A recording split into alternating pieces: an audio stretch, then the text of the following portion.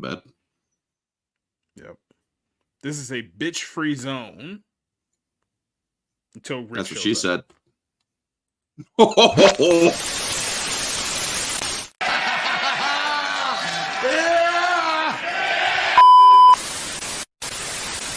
We're men, and we're not afraid to say that we love other men. What up, G?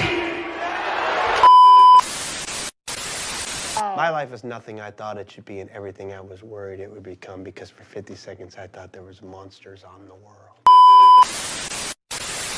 What Augean stable of misery do you live in if you fantasize about driving a bus or sitting on a bench? What's next, a breakfast eating simulator? Oh, careful not to burn your digital toast. Now, if you'll excuse me, I have to go play an office simulator. Oh, no, wait, that's my job.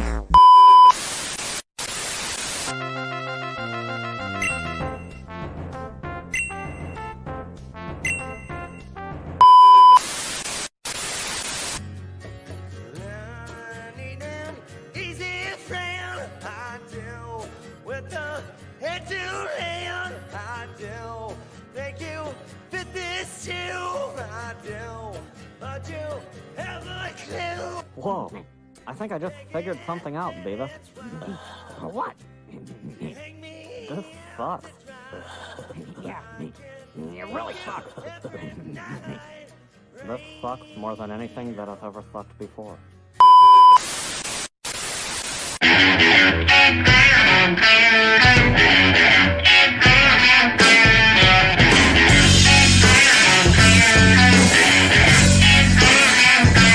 Don't say no for an answer. There's no Can I see more white women getting clotheslined, please?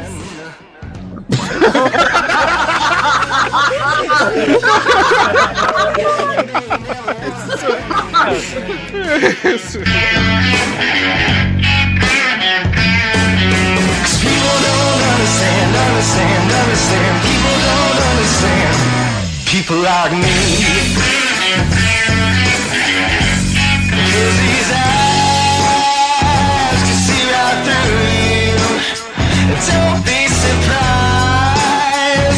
Snoop Dogg wins the match because Shane McMahon blew his knee out. Damn, that was bad, bro.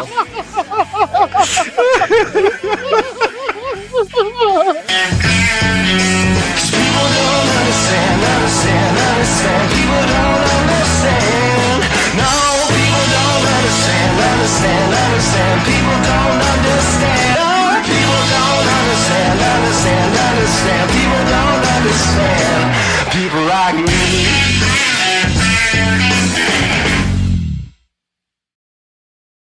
Hello, ladies and gentlemen. We are back here. It is another Tuesday night, and guess what? It's episode 95 of the Ballroom Podcast. We're coming up hot on 100. I don't know if I'm going to do anything special for 100, but it's coming up here in a few weeks, and two people who may or may not be here by the time we get to 100, our good buddy Rob Mottle's joining us. How you doing tonight, Rob? Oh, pretty good. I firmly know what kind of an American I am, so I feel pretty good tonight. Are you a real American, Rob? Unfortunately, no, I don't know. Sure. Or are you one of those Echo Americans?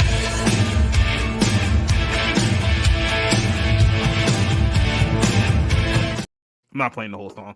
Also joining us here tonight is my good buddy, Mr. Orange Hat Reviews. How you doing tonight, Orange? I'm peachy, bub. The world is my oyster. How are you guys doing here tonight? We are here on Twitter, we're here live on YouTube, and we're here on Rumble, all three platforms. Obviously, YouTube has been suppressing their notifications on my channel, so I've been imploring you guys to make sure that your notification buttons are on. And let's be honest, even if you guys do that, you probably still won't get any notifications. That's the way that Google works now. That we're playing Google's game. So just letting you guys know that if you guys don't get notifications, to make sure you have those up on there as well. Who else do we got here? We got our good buddy Keith is over there on the Rumble side of things. We got people trickling in on YouTube. We got people trickling in on Twitter as well. So let's go ahead and introduce all of our guys in the chat who have joined us so far. Vanya saying hello, fine people. It's good to have the Vanya here tonight. Neozoic has our first question of the night, saying, fun question, which parody or spoof comedy movie would you rather watch? This is Spinal Tap or Airplane? Rob, I'll start with this one to you. Gee, I've seen each movie one time, and I'm not a huge fan of either one.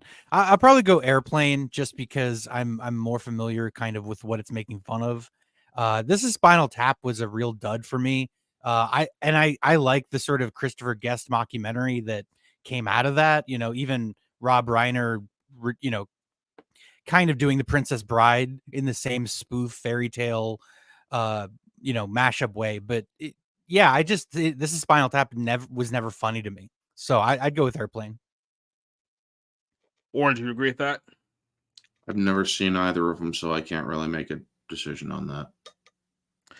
I would have to say only because Airplane is more, I guess, steeped in my memory. I would have to go with Airplane over Spinal Tap if you have to go with one of the two. And I think Noah Zoic has best favorite Mel Brooks movie. I guess we just saw Blazing Saddles not too long ago, about a couple of months back, and that one still holds up a lot to this day. So that's probably one of my favorites. I don't know if Rob has a different answer from there. Yeah, just watch that stream and listen to how much I quote that movie if you want my favorite joke or whatever, because it's like every second in that movie. But yeah, Blazing Saddles is actually my favorite comedy of all time, so it's hard to beat. My favorite part of that stream was like literally people in the chat saying, "Tell Rob to shut up" the whole time, and they're watching that. And I couldn't see that because it was probably from the Rumble side, which I'm not logged in on. Blazing Saddles definitely is one of my favorite comedies. I actually do like Robin Hood Men in Tights as well. I mean, the fucking both of them are. Mel Brooks has a gift for comedy. The man, I have not seen him do a bad movie. At least not yet. Who else do we have here? Vanya Neozoic here saying that Vanya said he enjoyed Orange Hat's Terminator discussion from earlier today, so go check that one out. I also saw you did a stream last night with CS Johnson and MSK. So, yep, we talked all sorts of random shit. Sounds about right. Nova Fett here saying howdy, saying that Airplane is his funniest movie ever, so he'll go with that one. High praise for Airplane there. Who else we got here? Bona Rad joining us here on the show as well, saying hey to everyone. Who else do we got here? Nova Fett saying Airplane is entirely different comedy altogether. Alex vs. Evil joining us here on the show. A good buddy Tim's Talk is joining us here too, and then we'll have more people trickling in throughout the course of the show. So I wanted to start us off hot. I wanted to go right into it because this is something that literally we found out about like as we went off the air last week. But I think we ended up talking about this for like 30 minutes. I wanted to just bring it up here just real quick. So apparently Ben Affleck, the reason why his life is completely falling apart, he's been battling with alcoholism for so many years, is that apparently his daughter has now come out as transgender and made the official announcement during her grandfather's funeral. Yes, this is a thing that actually happened. Let me go ahead and pop this one over here right here. Ben Affleck's child reveals transgender transition at grandfather's funeral. So Ben Affleck and Jennifer Garner, their 15-year-old daughter, Serafina Rose, revealed their new name at their new memorial service at Christ Church United Methodist in Charleston, West Virginia. It's always those Methodists. I don't know what it is with the Methodists, but you guys are like, I have to do a whole other like show just on you guys alone. Fucked up, man. Speaking of Blazing Saddles, Methodists were named in like the gang of like people he's like compiling, and Methodists. There's a reason. Hello, my name is Finn Affleck. Get it? Finn Affleck, like my father Ben Affleck. Do you get it? Do you get it? Affleck's Finn Serafina, yeah. Affleck's transgender middle schooler said at a church lecture before reading from the book of Proverbs. I'm surprised you didn't get struck by lightning doing this here. Just a short video. It says, better a little righteousness than a large income of injustice, the teenager said during Gardner's 85-year-old grandfather's funeral. So this is Gardner's father. and the girl's grandfather, who died on April 2nd. Affleck's child was wearing a short boy haircut, wore a black suit, white shirt, black tie. The teenager was captured by the paparazzi, hugging. This is going back a while ago, but yeah, this is the reaction that was going on here. That apparently this is a recent transition. Not only this, but apparently Ben's current wife, Jennifer Lopez, also has a teenager who just came out as non-binary over the last year or so too. So it's almost like there's something in the water going on in Hollywood. Now, in and of itself, that this is, I wouldn't have brought this up, but the fact that she decided to make this announcement at your grandfather's funeral, I'm just gonna say this right here. If I was grieving my mother or my father at a funeral and you decided to use the funeral as a statement about your coming out of whatever ideology you agree with at that time period, we are definitely throwing hands. There's absolutely no question about it. I don't care. You can call me a bigot. You can call me a transphobe. You can call me whatever you want in the book. All I'm telling you is that if you pull that stunt at a funeral for my dad or my mom, it's going to look like Holloway and Gaethje up in there, and there's nothing you can do to stop it. So I just want to shoot this one over to you guys real quick and get what you guys thought of this whole publicity stunt. I'll start with Rob, because I know Orange Hat's ready to crack on this one. But Rob, what do you think of Finn Affleck coming out at their grandmother's funeral? You'd think that, Jennifer Garner or Ben Affleck, I'm assuming Jennifer Garner is the more influential parent. But you think one of them would say, hey, right now is not the time. Like, even if this is genuine, then, there will be a time for you to approach this in a reasonable and responsible way, just as a relatively, as a person that's in control of their choices. And I'm putting quotations around all of this because it's like, that's a whole other conversation. To do this at a time when you're supposed to be reflecting, the relationship, what this person meant to you, what they meant to your family, what, all of those things, all those really important things, how important it is to say goodbye and to honor someone's life. None of that has anything to do with you and your personal narcissistic bullshit, and it's like, again, even if it's genuine, even if it's not an opportunity for you to say, hey, pay attention to me, there will be a time when you can make that announcement. This is not the time. It's entirely disrespectful. I don't know why more people didn't say, hey, kid, shut the fuck up. It's like, go in your little hole, go in your corner, be quiet. So to me, that's more what's disappointing, because this person's what, 15? This girl is 15. So it's like, we all have said whatever when we were, well, at least I did. I can't speak for anybody else, but a lot of people have. So that's to be expected on some level, but for there to be nobody around her to be like, hey, idiot, don't, this is wrong. It's disrespectful. It's probably blasphemous. I mean, it's happening in a church. I mean, what does this have to do with the service that's being held? So yeah, that's pretty much my thought. You're making a moment that has absolutely nothing to do about you, and you're making it about yourself. So it's like, yeah, there will be a lot of chairs flying during that service. Orange Hat, what was your take on this whole situation? That bitch would have been dragged off the fucking podium. I'm sorry. You do not disrespect the dead. It is not about you at a funeral. It is about the person who has passed. I have been to numerous funerals. I'm desensitized to death, even in my own family, for the most part. Unfortunately, I do not like the fact, or I do not like that as a fact.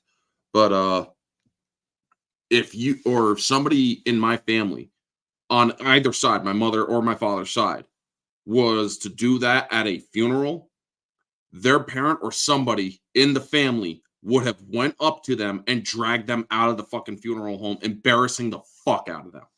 It infuriates me that somebody would do this. It just goes to show you that there is literal mental retardation in Hollywood. Those people should not breed, because they are breeding heathens to the point of such disrespect that they would go into a holy place and push that shit. I'm sorry.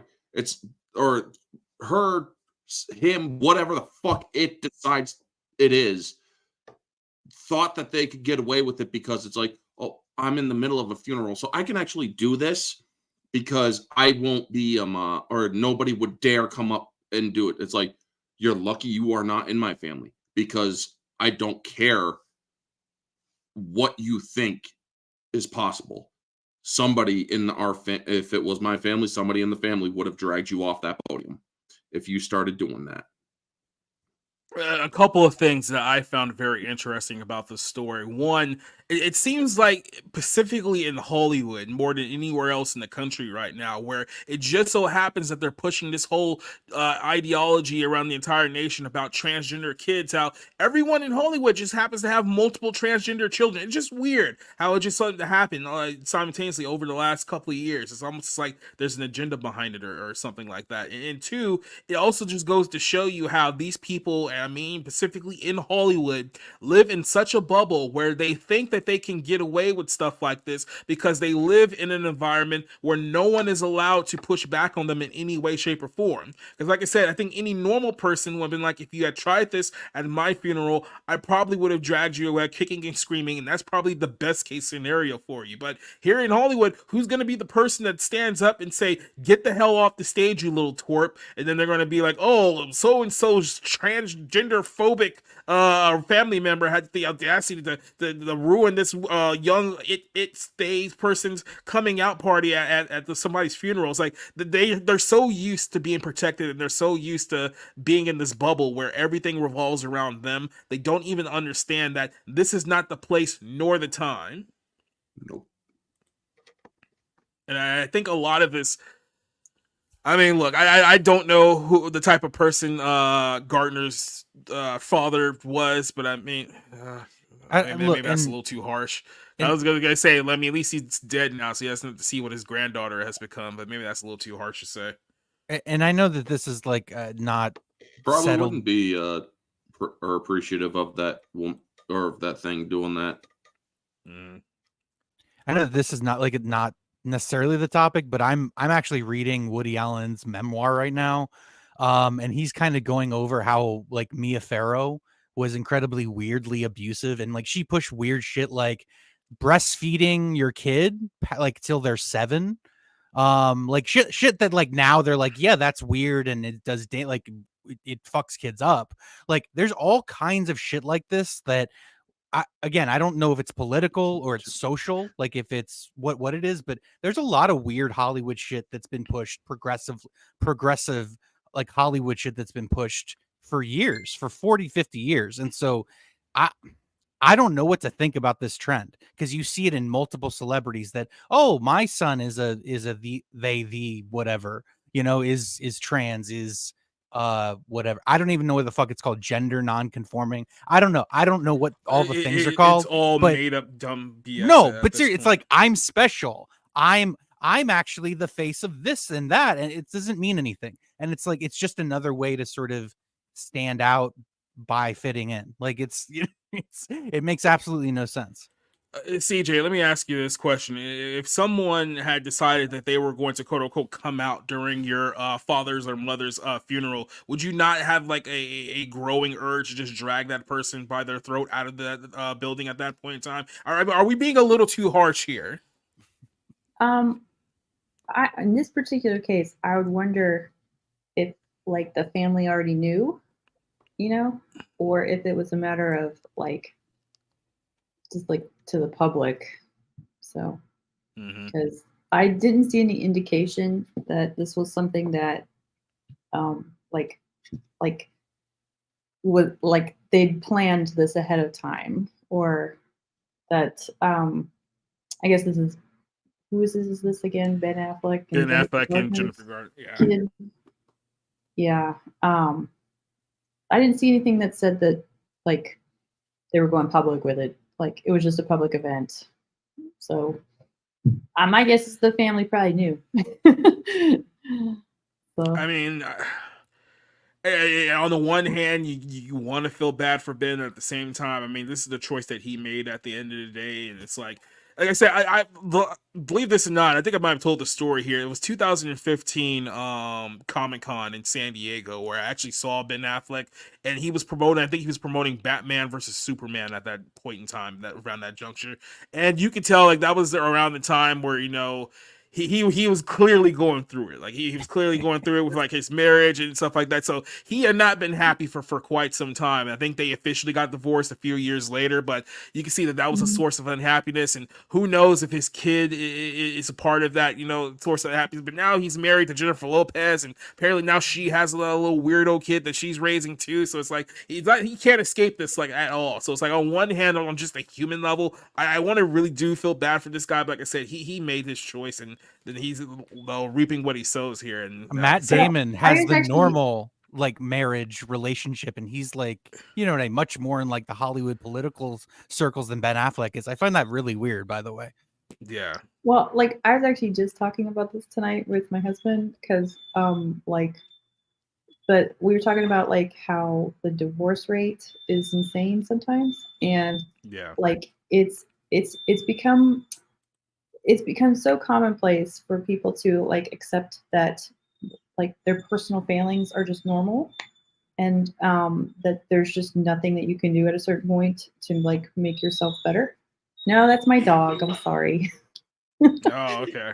I was like, is that a whistle, or it's like, oh, that's a whimper? I was like, okay, well, no, as long as your dog's not being murdered, I think that's fine. Right? My best friend Bobby this shirt. Can't you tell? Oh yeah, I can clearly tell. Yes. So, but no, like people don't know how to have normal relationships anymore, and they just kind of mimic what they see. And a lot of Hollywood is about popularity. So like right now, it's the nicest accessory for you to be a certain way, especially with your kids. And I mean, like, I even kind of wonder how much parents today in general are paying attention to their kids. Like I'm stuck with them all home all day. So it's like, I know what my kids are doing. But I talk to some people and I'm like, why don't you pay more attention? Yeah, some people need to be paying a lot more attention because I mean, well, like even my parents, like we had a good time in school. Like we had a good school system and stuff when I was in like, elementary and secondary education stuff. But like they didn't pay attention sometimes. And I mean, I used it to my advantage because I'm a child, or I was a child, I guess. But I mean, like, the way that people just are not paying attention and they're perpetually distracted. And they're not really paying attention. They're not really looking towards self-betterment or working on, making life better for anybody, really. So, yeah, I'm gonna go get my yeah, go take care. I mean, yeah, it's just a sad state of affairs at this point, and like I said, there's nothing positive that I can say out of my mouth right now. So I'm just gonna be a little bit reserved. And I'm just gonna shoot this over to you. Any final thoughts about this story? I mean, just my thought real quick was just people don't know how to have relationships anymore. Real quick, like my mom had me, her last kid, when she was 32. I am 35. I am so much more of a child than my own, but you know what I mean? Like, yeah, even the people that have the best intentions, like we're generationally, we're screwed. So I need other people to step up and be adults because I can't do it. Literally, I can't do it. Please, I'm anybody that's watching this, even if it's from the future, like I need you to step up and save civilization because I can't do it. I'm not responsible. If I have to be responsible, we're seriously in trouble. That's it. That's all I had to say about that. Well, stop vaping and smoking. Yeah, Rob. Well, I don't vape because it irritates my throat, but yeah. Okay, well, that's good. At least I don't have to worry about that. But no, I mean, like the way that people are just so addicted to their phones and their entertainment, it's ridiculous today. Well, we got some good news here. Somebody has finally been sentenced to do some prison time. So you know what that means, Orange Hat. Bad boys, what you want, what you want, what you gonna do when Sheriff John don't come for you? Tell me what you wanna do, what you gonna do? Yeah. Bad boys, what you gonna do? What you gonna do when they come for you? Bad boys, what you gonna do? What you gonna do when they come for you? Nobody now give you no break. Police now be give you no break. That old soldier man, I give you no break. Not even your hydrant, I give you no breaks. Hey, hey, bad boys, what you gonna do? What you gonna do when they come for you? Bad boys, what you gonna do? What you gonna do when they come for you? Bad boys, what you gonna do? What you gonna do when they come for you? Cops is filmed on location with the men and women of law enforcement. All suspects are innocent until proven guilty in a court of law. Yes, so the woman who was responsible for handing Alec Baldwin the gun that ended up killing poor young woman and widowing her husband and child has now been sentenced to 18 months in prison for her act in the fatal shooting. Now, this is the Rust armorer, Hannah Gutierrez-Reed, who, if you guys remember this story, this is almost like 2 years ago now. Alec Baldwin was on the set of a movie where he was filming a scene where he was handed what I guess he thought was a prop gun, probably should have been a prop gun, fired, and then ended up killing a cinematographer, Helena Hutchins. And say her name. Sorry. But clearly killed this poor woman. They say spent months in limbo about who's going to take the fall for this whole thing. Was it Alec? Was it this armorer woman? Like I said, this is a woman that's in charge of handling the guns on set. Apparently, she did not do her job well. Live round went off, killed this poor woman, but she has now been convicted of involuntary manslaughter. It says she was sentenced 18 months in prison for her role in the shooting on the Western film Rust, which I'm not even sure if they're still going to try to move forward with that movie or not. That's a whole other issue there, but calls for accountability and justice and punishment to bring a greater accountability to safety on set. I mean, let's be honest. This woman didn't seem like she was qualified for the job that she was doing in the first place, and there's still a bit of accountability of, well, if Alec Baldwin was a producer and the person in charge of this set, he's the one who hired her, so there's still some liability, some claims to be made here at the course of the next few months, so it isn't completely over yet, but someone is going to jail for their role in this whole situation. I believe she's in Santa Fe for unwilling... Yeah, so prosecutors blamed her for bringing live ammunition to the set of a film where it was especially prohibited, failing to follow basic gun safety protocols. Unsuccessful for her plea for lesser setting, telling the judge that she was not a monster that people made her out to be. Not to say that you're a monster, just say that you were extremely negligent. That's why you got the time that you got anyway. So like I said, there's still some liability charges here with Baldwin. There's still going to be lawsuits shuffled around here the next few months. This is not completely over for him, but for her, she will be spending the next 18 months in a New Mexico jail. So there's, I guess, somewhat closure here. I mean, some people are saying that, 18 months isn't enough. I mean, look, I get it. It's still accidental. It wasn't like she tried to murder this poor woman. I mean, like I said, it's negligence. It's not, intent or anything like that. So 18 months, as a lot of people are saying that, whether it's fair or not, I think it's fair enough. Look, the family is still going to be, broken one way or another. So it's not like sending this woman to jail for the rest of her life was going to change that. But there is some kind of justice be held here. So Orange, I'm going to start this one off with you because I know you've been waiting to dig into this story. What is your thoughts on Hannah being sentenced to 18 months now in penitentiary?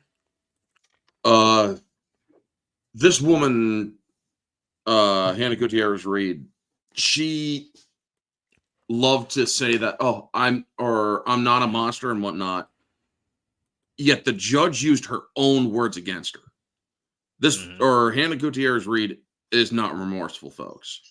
I mean, when she was awaiting sentencing in jail, she's talking to her friend on the jail phone, which is not privileged which is not privileged if you're not talking to your lawyer, or it's only privileged when you're talking to your lawyer. She's saying, well, this is definitely going to affect my modeling career, and people die. I mean, shit happens, or accidents happen. She's very dismissive of the fact that a person died, and the fact that her modeling career, you mean that OnlyFans profile she had, I guess? I mean, this girl is basically completely unremorseful. And the judge even said it. Your lawyer had to say you were remorseful. You are not remorseful. And so, yes, I am giving you the full 18 months because you are not, or you killed a person and you are responsible for that person dying. And you are not or you are, hold on, sorry. You are not remorseful. So yeah, you're going for the full 18 months. This, or when they were playing the, or I was paying attention to the whole sentencing thing. They played slides, the families and people were giving their testimonies and whatnot, recommending sentences and hoping for what they to hear and whatnot. And she basically said, or they were all saying, I hope that she is given the full sentence in which the law allows. And she was not even reacting. She was completely blank-faced, sociopathic almost. And only when she went up to talk for herself to give her own statement did her voice crack. Her father, or stepfather, Thel Reed, came up and was talking and saying stuff as if his words would somehow make her less guilty.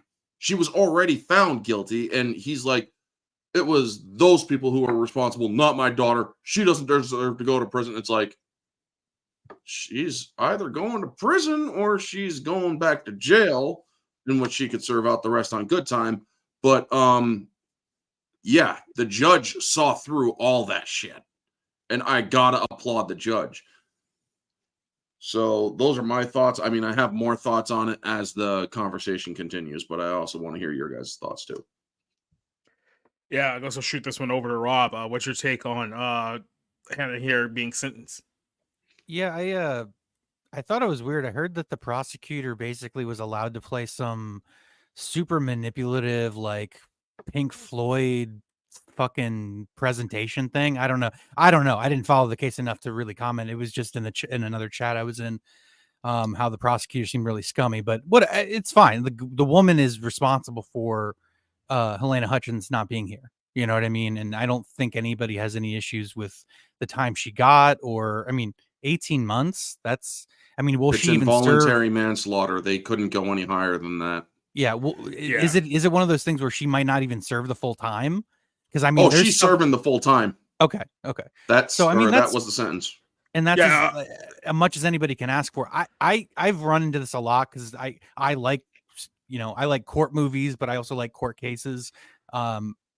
You can't blame somebody for not being more, how you expect them to look, being guilty, being, responsible for this other person not being there anymore. But it doesn't really help her case. I mean, that's the thing. It's like, she's only hurting herself, but at the same time, it's like, do you want a performance? Do you want, I don't know. I don't know where I land on that. It's kind of a weird thing, but yeah, no, it definitely sounds like she deserves to get the time she got. I kind of agree with Tacitus Jones that, I think it's going to be interesting to see if Alec Baldwin faces any time. I don't think he will. I think he's just too protected, but we'll see how the case plays out, and it'll be interesting to see. Like I said, my thoughts on the Alec Baldwin thing is I figure he is going to end up having to pay like a massive fine or a massive settlement. Like there's no way he's going to get out of that. Well, it could. Well, like I can say, 18 or the maximum. Right? They're charging him with the same crime she got hit with. So the full or the maximum the maximum penalty is 18 months and $5,000. But is that just for like a case or like an actual lawsuit? Like, say if the family were to like file a lawsuit after the fact. That's for the criminal charges. Okay, yeah. That's the criminal charges. Yeah, no, I'm talking about more about the lawsuit that will happen. Like, I'm sure they'll sue him. Oh, there's lawsuits. There's lawsuits that are still going on. The family is suing Alec Baldwin. There are other people within the crew are suing Alec Baldwin, and a lot of people are like, "Well, how can Alec Baldwin be found guilty if Hannah Gutierrez-Reed is guilty?" There are several ways that I've been covering this since it's happened, folks. So I've been on top of this, no matter how little views and little media attention it gets. I still believe it's important because this is a chance that we might actually see some justice happen. Alec Baldwin, or New Mexico prosecutors have already stated, we are not seeking a deal here. He is going to be held responsible for the life he took at the maximum sentence, or they will be seeking the maximum sentence, the 18 months and the $5,000. And so, yeah, when it comes to his, or him possibly not being guilty because she was found guilty, he has an ownership stake in Rust LLP, or in the production company. He also is an executive producer. He also did not show up for safety drills for the weapon. He was on his phone when he did show up, FaceTiming with his daughter and his wife, and also, or his kids. And when this came up, when Helena was killed, he went out and called his wife, oh, don't cancel the trip, honey. Come on over, or fly over with the kids. We're going to go out and enjoy ourselves. The day she was shot. I'm sorry.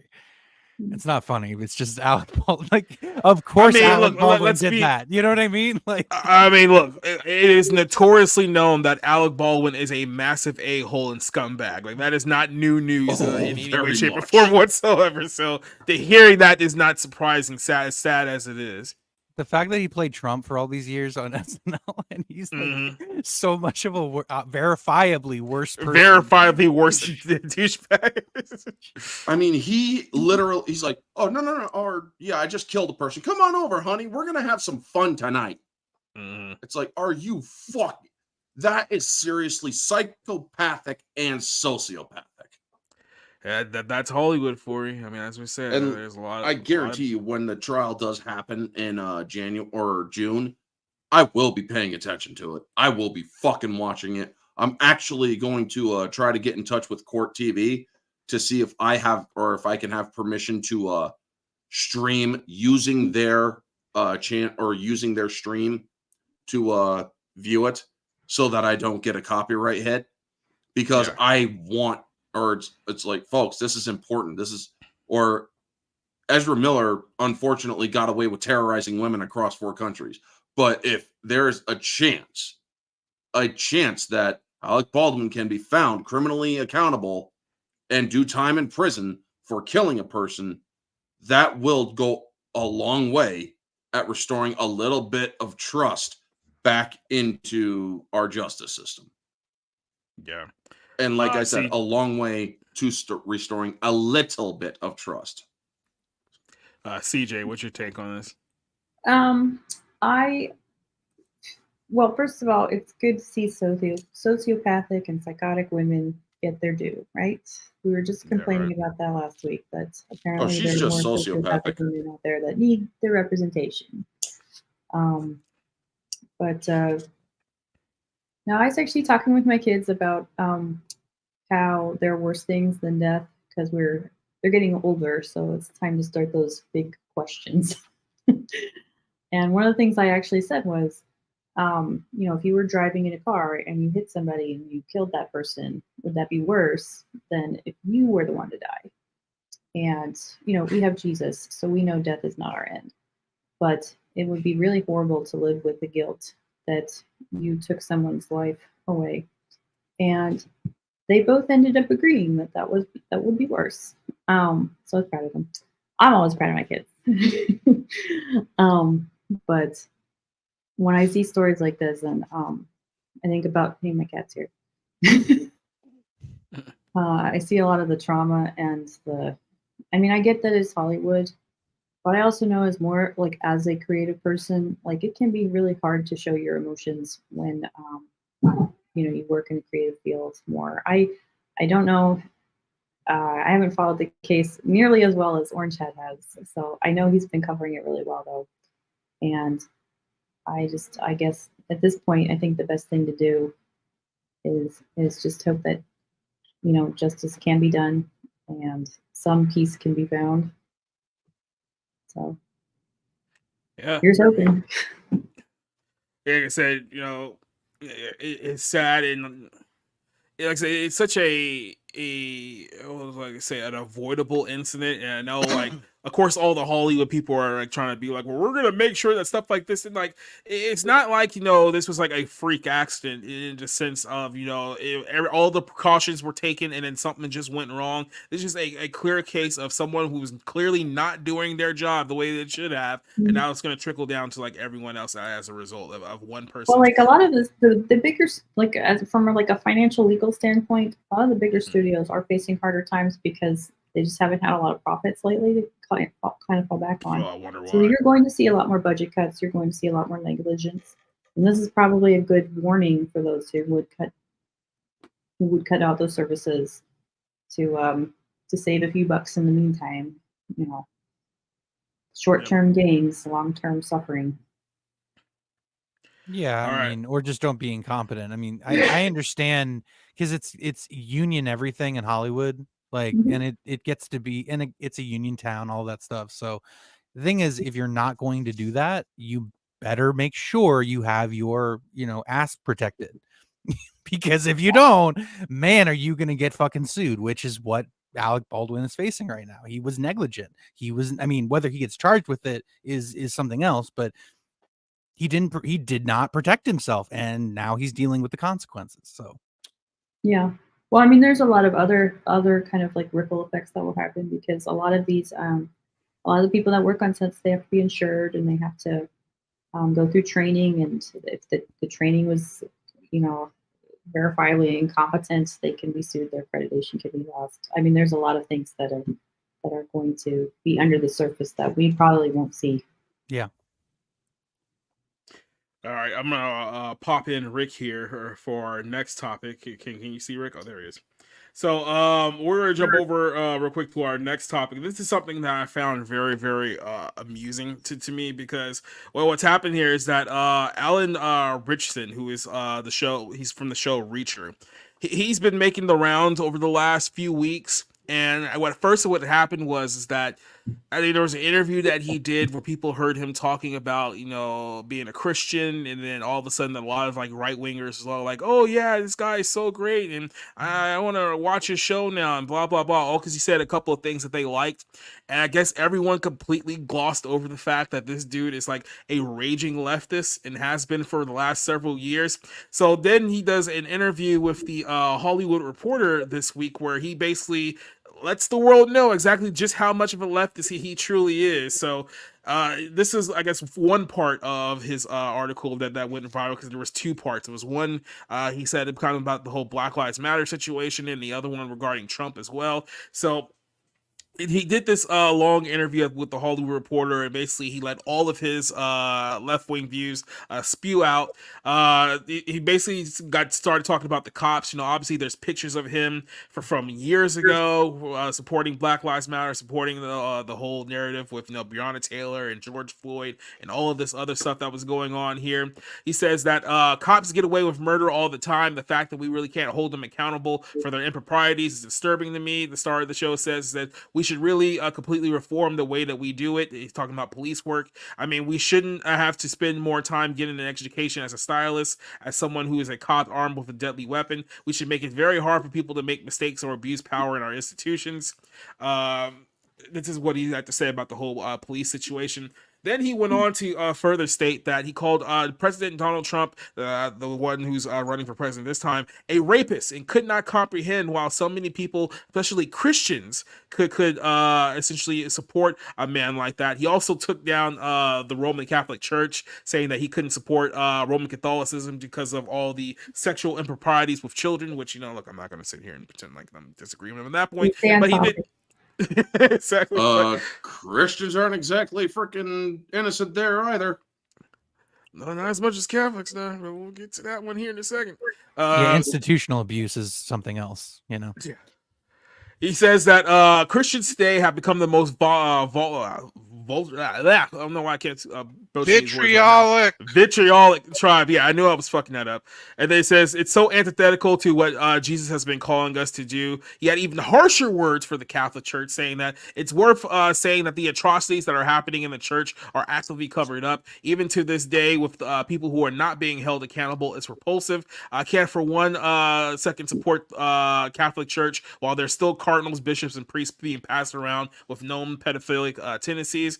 He also mentioned something about mentioned his bout with severe depression, being bipolar. Says that being bipolar has wrecked his life in so many ways. He wishes that he can take it away if he could. As much as a part of who I am, to celebrate a little or at least accept it, the actor said. Now, this came to a massive shock to a lot of people who probably had never heard this guy before and had no idea of his background beforehand. But keep in mind, if you go back to his social media, going back a few years, he's been super hard on, Black Lives Matter, the LGBTQ. He hates Republicans. He even went as far to call Ron DeSantis a Nazi, like quite literally called him a Nazi in one of his social media posts. He's called other people pedophiles and sexual abusers too. So I think what happened was that people heard the one article he did claiming that he was a Christian and claiming that he loves doing Christian movies, and then they thought that, oh, this guy's on our side, like what's the Chris name, the Chris Pratt, he was like one of those type of guys. Then they come to find out that, oh no, he's not at all. Then people were saying that, oh, I'm not gonna watch Reacher anymore. It's like, yeah, here's the thing, and this is kind of my point, and I'll go ahead and start this off with Rick as we go around here. It's like, here's my complaint with kind of the whole Christian community. It's like they're so desperate to hear anyone from Hollywood say anything that remotely lines up with their viewpoint that whenever they hear somebody say something that may sound like somewhat familiar or somewhat agreeable, they go all in on that person and be like, oh, this is our guy now, he's our brother in Christ and blah blah blah, yada yada, and they don't even do a shred of research. It's like, this guy has been like this for years. Like, I don't know what you guys thought going back here. This is not the first time he said this. It's not like he just exposed his political views like on a whim here. Like, he's very clearly been openly super liberal, super progressive for the last several years, but because, like I said, he said a couple of things you liked, you didn't know who he was, you all jumped on the bandwagon, and then almost immediately it blew up in your face. Here's kind of my thoughts. Don't look for heroes in Hollywood. Just don't. Just go anywhere else outside of that town, and you should be pretty fine. So I'll start this one off with Rick, and then I'll circle back on to you guys because you just got here. Rick, what is your take on Alan Ritchson essentially confirming that he is in fact a progressive Christian in every sense of the word? I'm not exactly sure what a progressive Christian is. I guess that would make him an Episcopalian. It's called a heretic in my eyes. But I guess, if you want to be safe, you can call him a progressive Christian. No, I think I would just call him a Methodist or an Episcopalian, because Episcopalians are church-going atheists. Yeah, that's true. Look, he's perfectly free to express whatever political views he wants. But we had the situation, I was thinking about this. We had the situation, didn't we have this with Kanye when he was saying that, he's Christian, he's found faith, and then he goes insane and starts ranting. Starts saying that he's God. Yes. So I would recommend to people, first, the proof is in the pudding. You have to, if he's a man of faith, fine. I have no position to judge. But that's not why you watch a television program. That's not why you should watch a movie. You should watch it because you're interested in the story or in the subject. And as for this man, let's just hold off to all those people who are of faith. Hold off on praising someone based on whatever declarations he or she says. Just see what their body of work is. See where they stand. You've got what is his Neil McCullough, who will not do any love scenes. Neil McDonough. Thank you. Yes, because he does not want to put himself in that situation where he might be tempted with someone other than his wife, and he doesn't want his kids to see him kiss another woman, which is why I guess he plays villains so well. I don't know. He is a great psychopath. Yeah. So that those are all their choices when it comes to their career. I don't know who this person is. I don't care for the character of Reacher. He strikes me as just very cold and big and not interesting. Same thing I had with Mitch Rapp from Vince Flynn. They just seem very uninteresting characters to me. But hey, you need to just just let him say whatever he wants. Don't watch something because you think this person shares your views. Hey, I will watch Charlton Heston movie even though I don't agree with him. I will watch a Barbra Streisand movie even though I don't agree with her. It's irrelevant. But this man, if he says something political, like all other people in film and on television, if you say something political, you should expect pushback. You shouldn't just say, "Oh, I'll say all cops, the cops get away with it," which is not true, and then just expect everyone to agree with you. That's an idiocy. That's just pretty much it. Real quick, I'm not sure if you guys are having issues with YouTube right now, but I think YouTube might be down or screwing up at the moment. So I did put the link in our Rumble chat. Rumble is going on completely unhindered right now, but there are some issues going on the YouTube side of things for some weird reason. So just in case you guys still want to follow along, we are still live on Rumble and we're all still live on Twitter as well. So with that said, CJ, what is your take on Mr. Allen here? Have you watched Reacher yet, and are you going to plan on watching it in the future? I actually wanted to read the books first, so this should be a pretty on point remark from me. Nerd. Yep. Proud of it, man. Yeah, that's good. It's good. It's a good thing. Yeah. So go ahead. Sorry, I'm done. Oh, it's okay. In John, Jesus prayed for the unity of the church, that the world may know us by our love for each other. We really aren't good at that one. But that's part of it's part of it. Like the Bible says, in the last days, there'll be a lot of confusion. People will be lovers of themselves, and they're not going to turn their ear towards sound doctrine. There is a lot of room for political diversity within the Christian tent. We still have to kind of agree to come back to scripture with it. And part of it is just that there are lots of things to be said about politics that are problematic. When we have like a post-truth society where your truth is your truth and that's it. There's no truth that you can objectively agree on.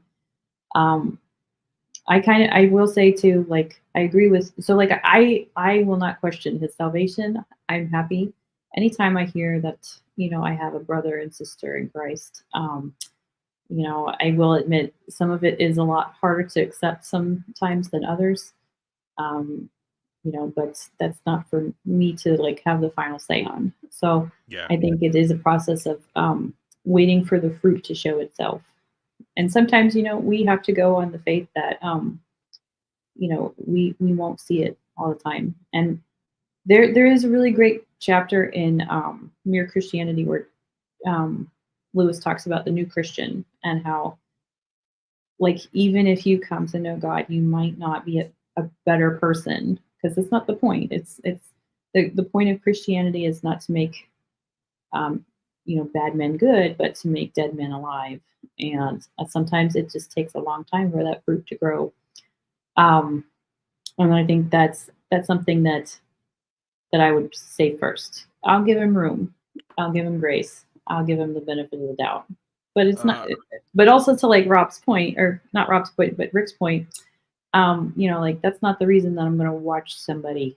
I don't watch Chris Pratt movies because he says Christian stuff sometimes, or even Republican stuff sometimes.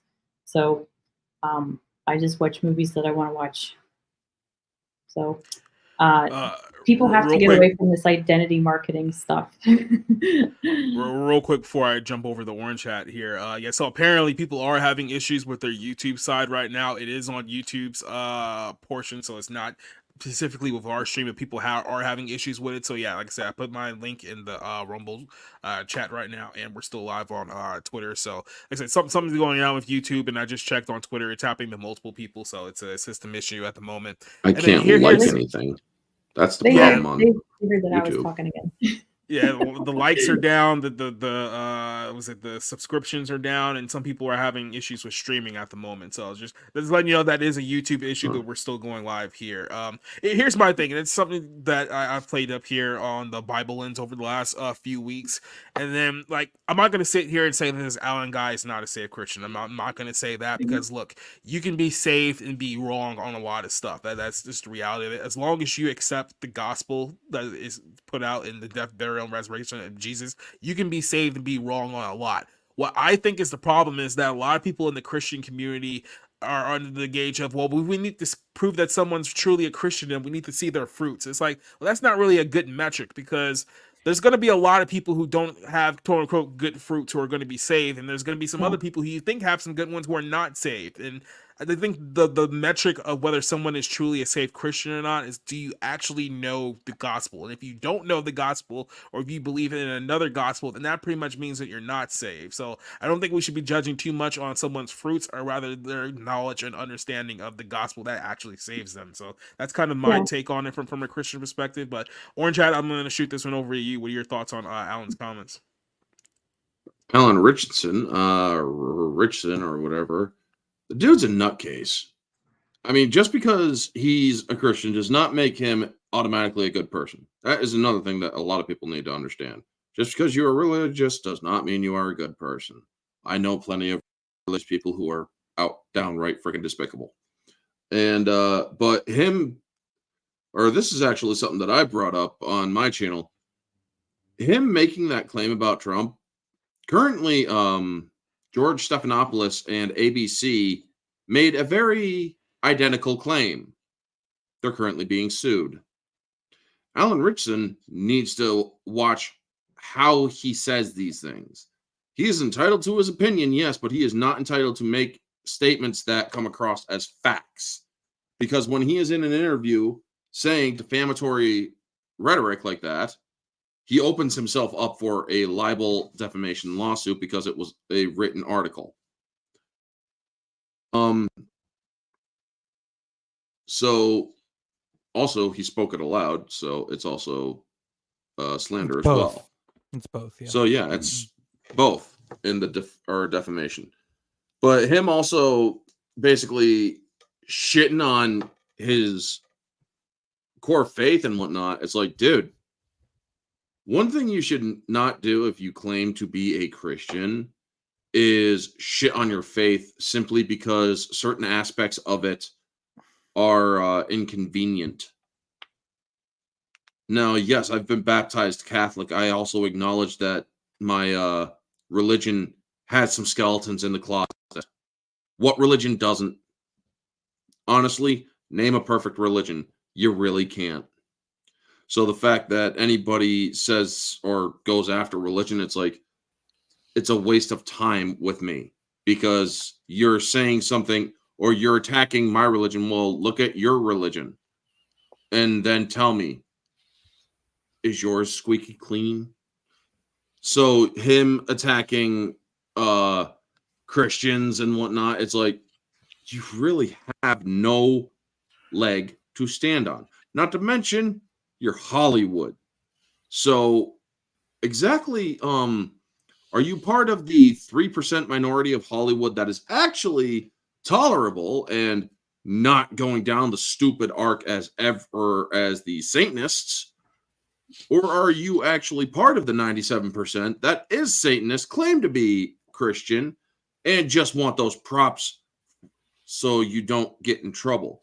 Not to mention, you said this in you said all these things in promotion for the Ministry of Ungentlemanly Warfare, a movie that a lot of people like Henry Cavill. A lot of people I know some people don't, but a lot of people that guy down here. Yeah, right I here. know. Guy Ritchie. I mean, there's a lot of people. As if anybody cares what the Mexican has to say. Just kidding. You leave Paulie out of this. Which one? But anyway, I will say this just real quick too before I let you go back. Like there was two things that bothered me about this. It's like, one, if you're gonna go after the Catholic Church for having a bunch of pedophiles, okay, fair enough. Here's the problem when you say it. You work in Hollywood. Like, do you really gonna go tit for tat and who has the more pedophiles, the Catholic Church or Hollywood? Because I don't think you're gonna win that argument. That's one problem that I have there. No. And then the second problem that I have here is that, like I said, this guy, I don't think he truly understands his audience, because it was not too long ago he was kind of like all in on promoting, like, I want to do more Christian movies and I want to do more movies that bring people to Christ. It's like, who do you think is your audience for these Christian movies? I hate to break this to you, but people on your political side are not going to watch Christian movies because they hate God. So you're literally burning your bridge with the only group of people who are actually going to watch the movies you're going to star in. So you're losing on two fronts there. The third thing That that is- you bring up is that the Catholic Church is like with the pedophile comment and stuff. Like we have a Catholic president right now, and he's running against the Trump guy that you just insulted. So. Who I do believe is a Christian. Yep. And he's the most not really. Catholic Come on. president we've ever had. Come on, he's not. And the most decent president. I know we've you're ever just had. talking Getting about back to not my questioning point. people's faith, but I mean, I'm sorry. The man Getting has back so to much our public point. behavior. It's hard to like believe that. But Getting again, back to the point, yeah, go ahead. He's also saying all this stuff in promotion of the Ministry of Ungentlemanly Warfare. This is a movie that has actually grabbed a lot of people and is interesting them in going to the theater to watch. By attacking a huge amount of potential viewers with your stupidity, Alan Ritchson, you are making it harder to promote a film, because a lot of people are going to be like, and yes, there are people who actually think this way. If this dude is seriously going off like this, we have no interest in supporting his work. And that is unfair to people like Henry Cavill and other people involved, because they've also have given him equal work to get the movie out. Well, They may real not have quick said before- anything political, Real quick but before Rob jumps in, for this guy to say that the cops get away with it, or I presume murder or killing all the time, did anyone actually ask him, provide me with at least 5 examples of cases where this has happened? You they can't never put asked that. Floyd, well, you can't point to George Floyd because the cops are serving time in prison right now. So that's out the window. I'm just curious, what case can he go to and say, oh yes, they're getting away with it all the time? Now, I will say, if he's talking about qualified immunity, then maybe I can meet him halfway. I'm not a fan of qualified immunity, but he didn't say that. Well, hey, speaking of getting away with it, let's talk about OJ for a second. He did. No, I'm not going to get into that right now. Rob, what's your take on Alan? Yeah, I actually have no relationship with this actor. But I mean, I'm basically going to echo what Rick said. Like, there's plenty actors, directors that I love. I love what they do. I think they're supremely talented, whose political views or social views I find abhorrent. So, I mean, I do this with Roman Polanski all the time. It's like, you're never going to be able to separate the two. But is Chinatown and The Pianist 2 of the greatest films ever made? In my opinion, yes. Is what he did unfathomably evil and awful, and he'll probably burn in hell if the afterlife exists? Absolutely. So, listen, I deal with this all the time. Look at the art, not the artist. I don't really understand this thing that a lot of celebrities do in these the build up to the release of their movie, where they go out of their way to alienate at least half the audience.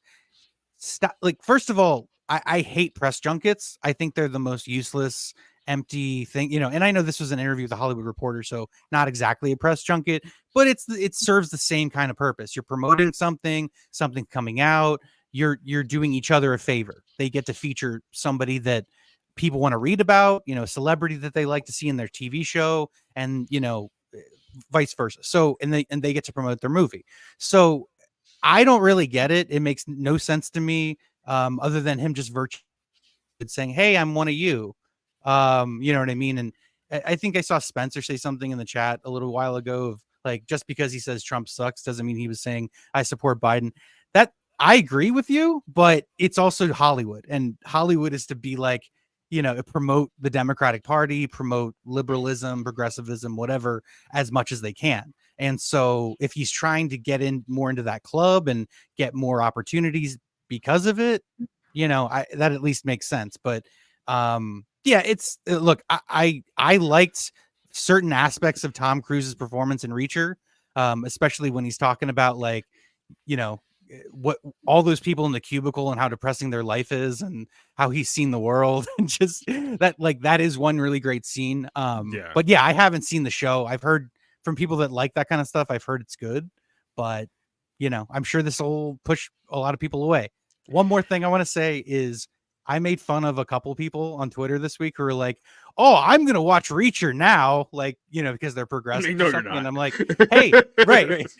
That's definitely how I pick my TV shows, by the politics of the actor who's starring in it. You know, And it's like nobody does that. true. It's not even Right. true. There are a lot of people who said they were going to watch Doctor Who because they're going to have a female doctor. That didn't happen. The ratings Look at actually the went down. WNBA. Look at the WNBA. Okay. So just do I need to pull that Family Guy clip again? Because I'm going to play it every time you mention the WNBA. And I'll mention this one thing with Spencer. Yeah, on face value, yes. Just because somebody says that they don't like Trump doesn't mean that they're going to support Biden. Like this guy down or over here.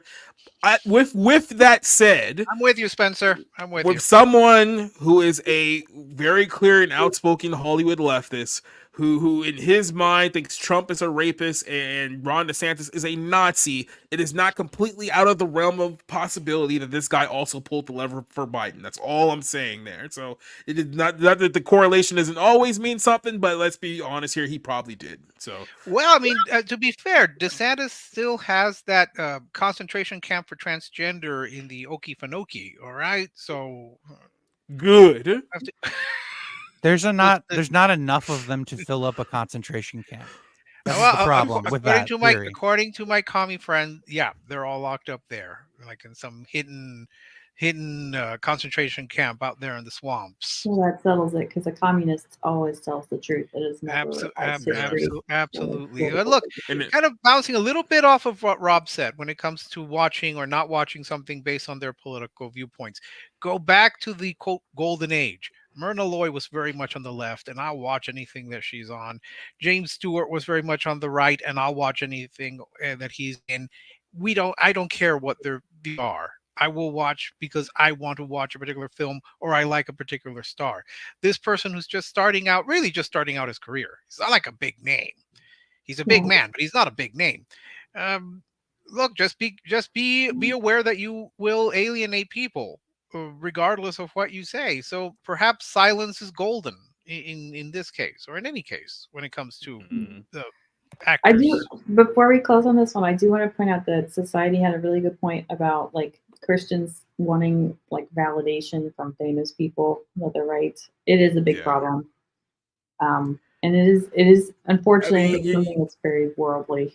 You're seeing this right now with the whole dialogue on Twitter about this OnlyFans girls who just came out as Christian a couple of weeks ago, and everyone's like rushing to like defend her because she did an interview with what's her name, Matt Knowles, not too long ago. So everyone's convinced, okay, she's one of us now. It's like, you guys just did this with Kanye. Like, stop. Like, just stop. Can we just like wait? Can we just wait to see if someone's genuine? Because if this girl dumps her boyfriend or husband in a year and a half and goes right back to doing what she was doing before, all you guys are going to look really, really stupid. All I'm saying is it's like, stop going all in on people you don't know personally. That's all I'm saying. Well, I think it's because Christians are just tired of seeing Kirk Cameron represent them. So maybe that's why they need someone else. Is he even still alive? Like, let's be honest. Yes, he's still alive, doing shows on like Trinity Broadcast or something like that. Well, speaking of things that bring us all together, let's talk about Civil War. Movie time.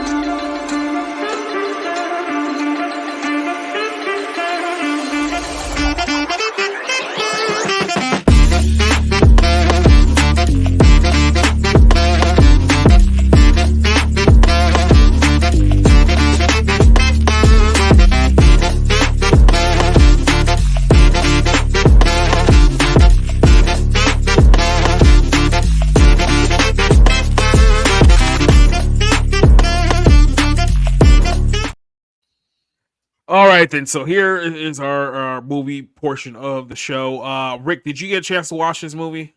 Yes. Okay, then. So we have 2 people who have seen it, 2 people who haven't seen it. You guys can be our bystander and ask our questions as if you guys are retarded. Not saying that you guys are retarded, at least clinically retarded, but you I've guys been can. Twitter all day. I'm basically retarded. Fair enough. But yeah, so this is actually going to be very interesting because I know me and Rob are pretty split on our views of this movie because I know he really, really likes this a lot. I think this is easily his best film of the year, which, let's be very honest, is not saying a whole lot based on what we've seen so far this year. But you really enjoy this movie. I don't think that this film is that big of a problem. However, with this film, there's definitely some flaws to it. So this movie has been making the rounds here for the last couple of months now, and there's been a lot of talk about the contents of this movie. When people saw the trailer, like right away, they're like, "Oh no, is this predictive programming for this Civil War that they've been pushing for quite some time? What's going on here with this film?" So the setup for this movie, I'm just going to introduce kind of the plot of what's happening here. The setup of this movie is that this takes place in a world with an authoritarian United States government. Now, we're not told specifically why anything is happening throughout the course of this film. So there's a lot of, left to interpretations as far as this movie goes, but you don't really know why the Civil War has actually happened, why California and Texas has decided to team up against the federal government. It's not explained what exactly the president did to supersede a lot of this stuff. So if you're looking for questions like that, you're not going to get answers out of this from this movie. But the setup here is that, a president of the United States who's on his 3rd term is essentially trying to cool a civil war that is happening in the United States. There's a handful of states in the nation that are trying to go against the federal government. Like I say, California and Texas have somehow teamed up against the federal government. Florida is also trying to get other states to team up with them as well. So we fast forward to New York City, and there's protests going on. The government is giving out like rations of like water and food and stuff like that. And then we're introduced to the character here of what's her name? Kirsten Dunst, Lee Smith. Lee Smith, yes. Which Yeah, sounds incredibly fake. incredibly fake and incredibly generic, but she is the old Russell Griddle, a veteran reporter here who's used to doing war type I guess you could say journalism here. This is a very war type journalism movie that you're seeing here. So her whole job is taking pictures and videos of like things that are going on. So I'm not sure if her concept is kind of like sell these things for profit or if she's using these as a greater part of like a story. And then she goes into the middle of this protest where quite literally a suicide bomber running a United States flag runs in and blows up the group, kind of jihad style. A whole bunch of people are dead, spattered around the ground. And this is kind of the setup for the film that we're in here. So this is the early I guess introduction to this movie. The movie really centers around 4 people. You have Kirsten Dunst, who's kind of like our main protagonist here. You have her partner Joel, who's another journalist. He's kind of like weird and like off the wall, little times like kind of over the top, but I guess that's because this is the world that he's lived in. You have this young 20-year-old girl who they've picked up along the way, who's kind of like this young aspiring photographer, kind of just like Lee was. And then you have his name Stephen Henderson, McKinney Henderson, who plays the veteran journalist. He's just kind of old. He's just kind of there. His whole role is really just being like the voice of reason as things are going on here. So they get this opportunity to interview the president, because apparently the president hasn't been interviewed in the course of the last several years as this whole concept has happened. So their whole job is that we're in New York City. We need to travel all the way down to Washington, D.C. by car, but obviously things are going off all around the country. It's very dangerous for them to go into rural America, especially when they get to the New York, when they get to like West Virginia, Pennsylvania, some states, things get really off the wall. So this is the setup of this film here. So my biggest gripe about this movie, and Rob, we can kind of debate this here, and I'll figure out what Rick thinks here, is that we get that I can accept the fact, okay, there's a civil war going on in this country. I can accept the fact that this is what's happening. there does need to be a justification of why this is happening. There does need to be at least a reason of why this happened, because clearly in the context of this movie, the president did something, and it's alluded to, well, his third term was a part of it, but what led to the third term, and why is it that, you know, we have essentially two sides of the country here? It's not well defined about who's on whose side, but then again, this is the context of a civil war. It's like there is no sides, just like one group of Americans versus another group of Americans, and there's really no one you can trust here. So I had a problem with this, but I'll go ahead and let Rob tell his side. What did you think of the concept and the premise of this story here and the way that it was laid out? Yeah, I mean, I said this in my review, but this kind of premise is exactly the kind of thing I was excited to see on the screen, because it's my absolute nightmare. Like this coming to life would be my absolute 100% nightmare. There are no cops, you know, there's no law, there is no rule of law, there's chaos everywhere. And, you know, you try to get some gas, there's guys guarding it with, at the very least, semi-automatic weapons. There's, you know what I mean? It's the atmosphere, the tone, the mood that's created by not knowing the events, by simply knowing you're in the shit, and it's pretty much everyone for themselves. You know, civility is basically broken down. The thing about the explanation of what's going on and the justification that the president himself is a fascist and runs a fascist government, they're in the Ford expedition on, you know, they've just left New York City, and Wagner Moura, who plays Joel, and Stephen McKinley Henderson, is that his name, are basically like kind of joking, but in all serious detail about what they're going to ask the president. And there's a series of things they say, like, you know, ordering airstrikes against civilians. There's disbanding the FBI. There's, and I'm trying to think of the last one where it's like, you know, journalists being shot on sight inside DC. And again, I will agree that is a lot to rely on, just to be like, okay, we're in this world. We're going along with the story simply by the expositional dialogue that characters are giving us. That's the only confirmation that this guy for real is like an evil dude, is an authoritarian, has killed American citizens and justified it under, you know, the American flag. And so that's why logically California and Texas would join up. Personally, I didn't need to think about it that much. I just kind of accepted it. But if you want a reason that, and Alex Garland basically said that in an interview. Personally, I think he shouldn't have said anything and just let the movie speak for itself. But I understand why people were like, what? That doesn't even make sense. And it's like, the movie is about the journalist. It's about being in the middle of this thing, shooting from a relatively honest composition and capturing what's going on in these conflicts. Because it doesn't seem like the only media that seems to exist is the state media, and that's not even mentioned. But again, there are things like that you have to kind of pick up as you go along, because if you get stuck on details like that, you're gonna like be pissed off at this movie probably. Before I go to Rick here, I wanted to bring this up because, like I said, this is written and directed by Alex Garland, who put this movie together, and he's been making some comments as the movie has already been released, trying to, I guess, he's trying to patch up the plot holes after the fact, which is not what you want to do as a filmmaker. It's like, if you have to come out and kind of explain why things are happening the way they are after the fact, that means you really didn't do a good job telling the story within the film. And then here's part of the other problem. He's British, right? So he has, I guess, no real concept of how American and politics like truly work. So when people are like, oh, Texas and California are coming together, it's like, I get it from the standpoint of those are the two biggest states in the United States of America. At the same time, those two states are so ideologically opposed to one another. They need to be a really good reason to why these two states would team up to go against the sitting president of the United States. I think that if he had a little bit more knowledge of how U.S. politics work, this story probably would have unfolded a little bit better if he said that, well, there was a correlation or a union of Western states that came together to do this. So let's say that Washington, Oregon, California, Arizona, Nevada, some of those Western states came together, and then they were the ones leading the charge here. It would make a little bit more sense with what he was going with. But I guess he's trying to pick the whole thing with like California and Texas. It's like, it just doesn't make sense to the normal viewer. And then the other thing that I noticed about this film too is that,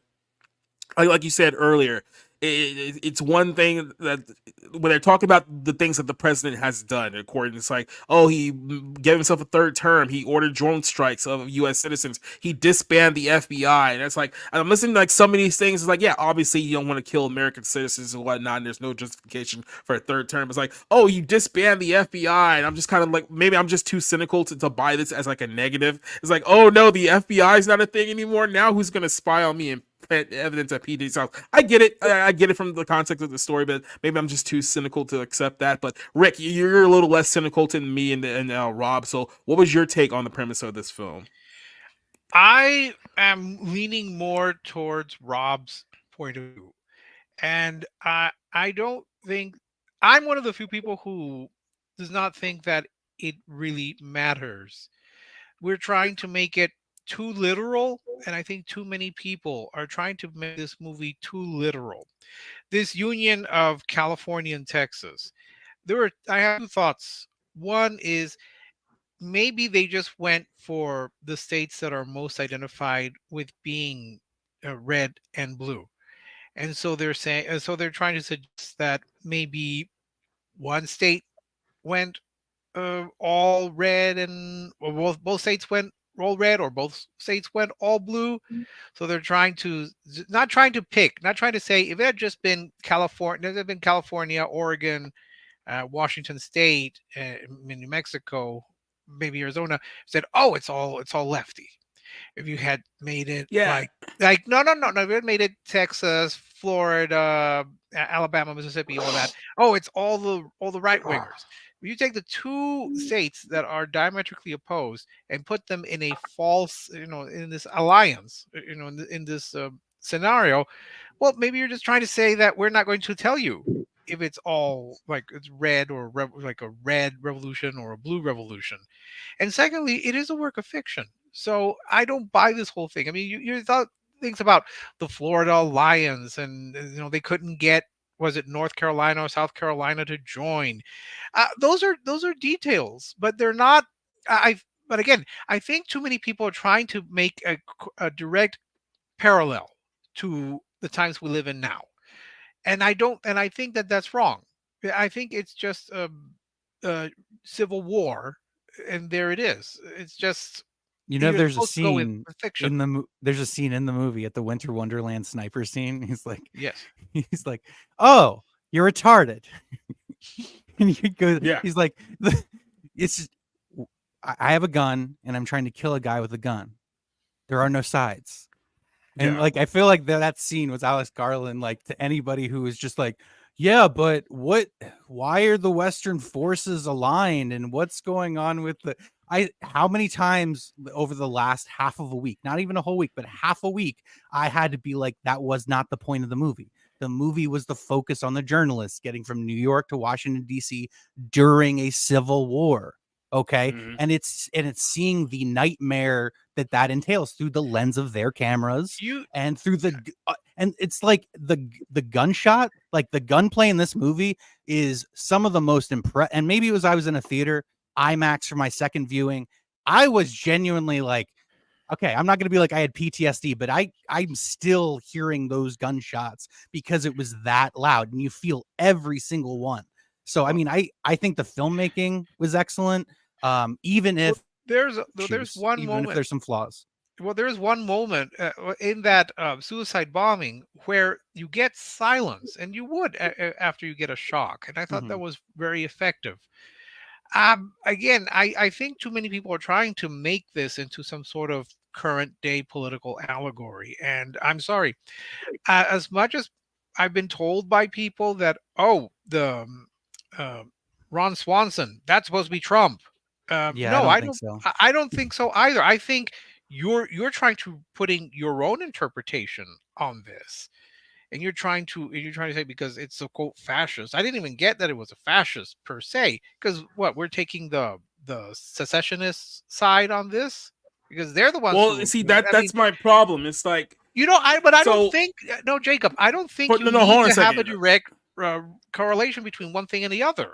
But no, here's the problem. It's like like I said, everything is left very vague. So it's up to really just the audience interpretation. So it's like when Rob's saying that this is basically about an authoritarian government taking over things, it's like it's not like there's no basis of that that's saying that this is an authoritarian government or a fascist government essentially trying to go rule over its own citizens. The problem is that in the context of this film, they're trying so hard to be vague because they don't want to intentionally upset anyone. But at the same time, when we get to kind of the ending of this film, where the film clearly takes a side about who the good guy, who the bad guy is, it's like, well, you didn't exactly tell us like how any of this started. So it's like we're just supposed to go with the film's word that wait a minute. Did we really take the side of the secessionists? Are we really supposed to? Towards the end, yeah. Especially, I didn't get that sense at all. It's a lot more I think it's a lot more gray than that, and that's the whole movie. The whole movie is. I disagree with you, Jacob.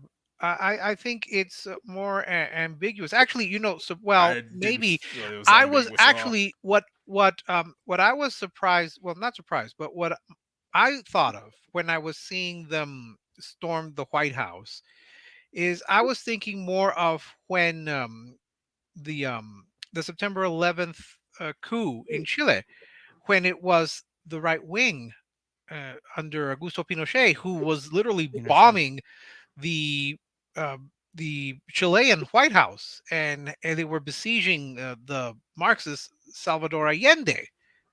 So I was thinking, so that was more reminiscent of a right wing than it was of the left. And they had Allende's body at the end. I don't think they took pictures of them, happily posing with his corpse. And I also reject the idea that the president would have been hiding in the Oval Office. I think he would have been spirited away, or they would have or negotiated an escape or something. I don't think it would have been. It had to happen because. I think he probably would have been at the Pentagon at that point, but that's a whole other. It's possible. So I think it's. I actually did not think of it as taking the side of the secessionists. Though it is like good. Let's not jump too far ahead because that's going to come back to the ending. We can debate the ending here for a second, but so. When you're going into kind of like the meat of this film here, and what you're seeing here is that these journalists are in a car. They're essentially trying to drive their way down to DC, and in between there, they find themselves out in either shootouts, or like kind of like these hostile situations where all you're seeing here is that these guys have guns, and it's usually white guys with guns, and you don't really know, are they going to turn around and like shoot these guys, or are they going to let them pass? Like, are they going to hold on to their word, right? And there's this tension here of you don't really know what's going to happen because you don't really know exactly who to trust. So every time they come in conflict with somebody, you don't really know what exactly is going to happen. But as that progresses here, you start getting a little bit of I guess you could say camaraderie with the group here, and you start to feel a little bit more about kind of their position. Kirsten Dunst's character essentially is dealing with forms of PTSD. However, I wasn't sure in the context of the film they were talking about PTSD that she suffered in a previous wars that she's covered before this whole civil conflict, or it was actually the conflict itself that was happening that was causing her. No, so I noticed that in flashbacks in the opening scene where she sees like the guy, like that African man gets set on fire. Like there's many different images of her past assignments, past war zones, whatever. So and by the way, at the very end, she has a panic attack like during the assault on the White House, and that's it's like she's holding back this panic attack the whole fucking movie almost. I don't know if it's for Jesse, for the the younger protege, but I definitely saw that in the second viewing. Okay, then. So I have a question. Go ahead. Yes.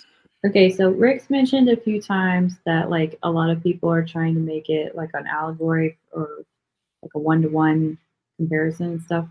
Okay, so like if instead of Trump, it like the president was supposed to represent like Hillary Clinton or something, would it still work? I think so, because again, like just acts as a like you don't really see much of his character. You see him in the very beginning. You see him or you hear him in radio addresses. You know what I mean? So to me, it is a good blanket statement of just an authoritarian leader. Somebody who is literally open to using the force of the military on American citizens. And the third term, which would have already been constitutionally prohibited.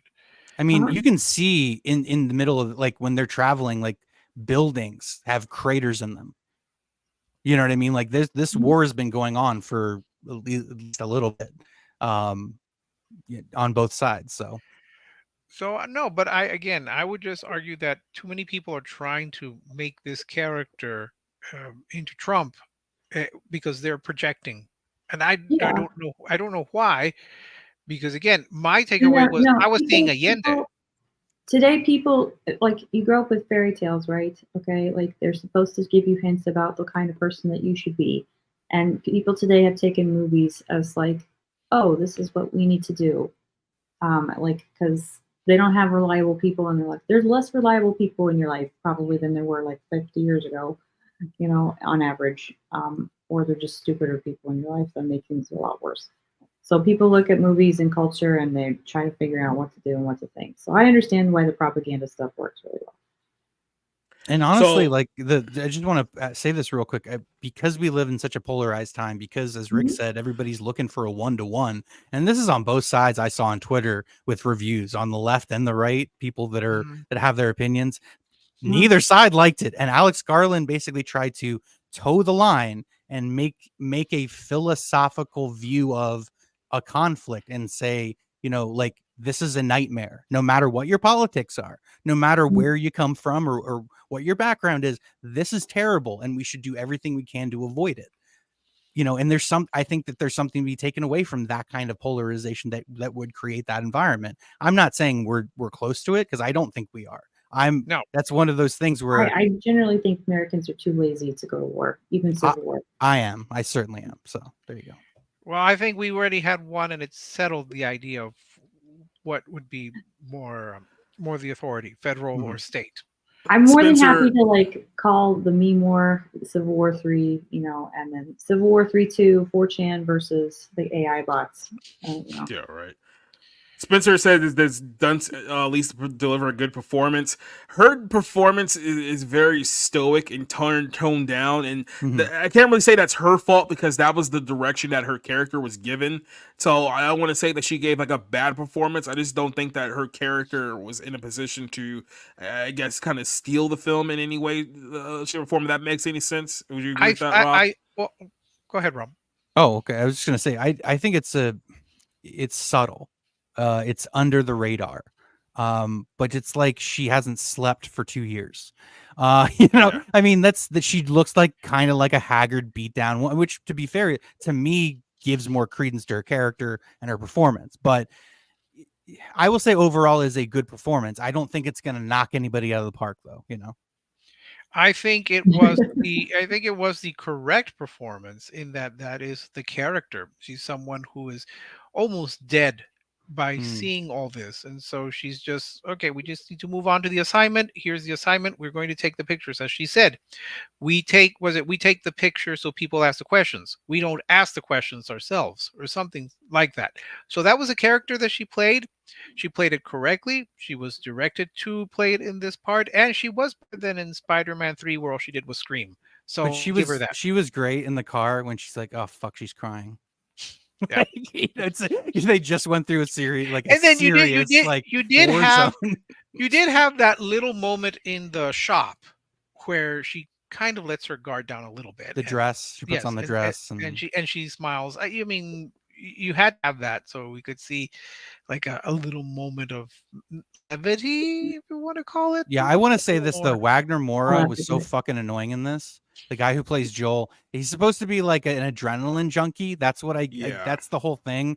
And he smiles at Jesse as like these massive rounds are going off right next to them. Remember, he hit on her. I mean, that's how. No. I caught that where it was like, he was very drunk and blah blah blah blah. And yeah. Yeah, I was kind of surprised that didn't go the direction that because early on it seemed like, okay, he's gonna try to fuck her at some point, then it's gonna blow up in his face and cause like dissension or whatnot. But surprisingly enough, they didn't go that route, even though they did set it up. I did notice that in the second viewing, he does push her ass to safety, so he copped a feel, even if he was saving her life. Just saying. So she can't call him out, Rob. Why I'm paying attention to that, I don't know. But these are the important things movie critics have to, watch out for. I think I mentioned in the film that girl, what's her name, like Kaylee Spaney or something like that. Yeah, good, because she looks 14 even though she's like 27, so it's like one of those like type of actresses. But yeah, anyway, look, so then this is the kind of the tip off point for the film, and I guess they admitted to fairly recently that Jesse Plemons apparently only signed up for the role like a couple of days before they started shooting, because this was supposed to be another actor entirely, and then he fell out for whatever reason, so they had him come in because obviously he's married to Kirsten Stewart, so they must have got him, in between films or something like that. Dunce, right? There's too many Kirstens. But yeah, he had to come here. So at one point, they kind of kidnapped the girl and another passenger that they were with, and this is where we kind of see like the reality of what's happening again in this country. These guys are just going around shooting people, and I guess if you're an American, you're okay, even though they were kind of implicating that there was more of like a racial substance behind this, because they just assumed that all the Hispanics and the Asians weren't really American. So it's like they actually, okay, if you're American, you're fine, but if you're a foreigner, you just get shot, right? And one of the guys in here like admits that he's from China, so of course he gets it pretty bad, and we just assume that all the other people said that they weren't Americans either. So this is also what's going on here. This is disturbing. This is the most disturbing scene in the movie, I think. And it's 5 minutes. It's not even that long, but it's the tone and the tension for both. I mean, there's a massive human grave in this scene that's so lifelike. When Kaylee Spinney was crawling on, I was like, there's no way that those are not fake. There's no way these aren't extras just lying there. It just looks so real, and it was disturbing. And yet, I know this is going to sound weird. There's this very strange underlying black comedy, because it's like there's all these dead people, and he's asking them what kind of an American they are, and it's like, you really think I'm not going to kill you? There's all these dead people. What, I'm not going to kill you too because you might say the right thing? He's terrorizing them. That's all he's doing here, and it's like, it's not even like there's nothing genuine about his questions. He's basically stalling. I mean that's how movies work or whatever. But he's basically stalling. But he's gonna kill them. He's just fucking with them. He's fucking with his prey, basically. And these guys are not necessarily on either side. The impression I got is they were militia dudes taking advantage of the chaos and just decided to kill a whole bunch of people, and now they got to cover it up because maybe they heard the war's coming to an end, because it's towards the end when they show up at Charlottesville before going into DC. So this scene's, I will say, the scene before this with the car, coming up on them and like them, I did like that the movie had moments of levity. That despite having that consistent, nightmarish type of atmosphere, that constant tension, you had those moments of like human levity surrounding the journalists, and that at least made it a little bit more well-rounded. Yeah, Rick, I want to shoot you over this question. How did you feel as a fellow Asian man watching Spencer die in this movie? I like Spencer. I don't want anyone to hurt him. I really didn't care for that scene initially, because I figured that was just the only way to get the girl into that. I don't think either of them would have been so foolish, though. I think it was used in the trailer to kind of suggest danger when there wasn't. And I think maybe that's one of the reasons people are not as enthusiastic for this, because the trailer gave them a different impression of what this film was going to be about. They maybe thought it was all action, all killing. This scene, the one where they kill the man from Hong Kong, I would say that it's very well done in that there's no music. It's just very quiet, so it adds up to the tension. I don't know if he really just did that because he wanted to kill a foreigner, quote unquote, because from the looks of the mass grave, they don't look foreign. They, Right. there's no. That's real why I'm way. saying it was an implication there that it was probably more racially motivated than anything else. I too, did. but, I mean, I did wonder though. Is there some sort of cinematic law that requires Jesse Plemons and Kirsten Dunst to appear in a scene together? Is there something? Power of like the I said, Dog was he, so he bad. literally joined the project like 2 days before they shot his scene. So I mean, he technically wasn't supposed to be in this movie. So Oh, well, I don't know. It just seems like they're always together. Again, that was my takeaway. That it was. I actually thought they were more like not much deserters, but just marauding troops trying to take advantage, and they committed this massive war crime. No different than what you saw when Yugoslavia fell apart, and they had a massive civil war, and you had the Croatians and the Slovenians kill each other. Sad to say. So it's something that we've come across. I mean, this, if you want to say it's allegory, it's about allegory for all wars, all the civil wars that have torn nations apart. You've got Yugoslavia, you've got Rwanda, you've got well, up to a certain point Syria, and even Chile, because that was what came to mind at the end when we get to it. Oh, that's what came to mind. Yep. So this is where we get to the ending. I guess this is where we can have our big discussion here before we wrap things up. So the ending of this movie comes. This is where they finally do the siege on the Capitol and the White House. So just that shot was so fucking cool. They're like, they have the space, the way they combined real aircraft with CGI in this, by the way, I thought was just fantastic. So sorry. But no, so they're going to siege in the White House because now they're taking out the president. Because when they escape from Jesse's character, they find out that apparently the resistance are going to siege the White House, so they missed their window to interview the president, which is the whole reason why they went there in the first place. But now they're essentially on the side of the resistance as they're trying to get in through the Capitol to essentially take out the president of the United States.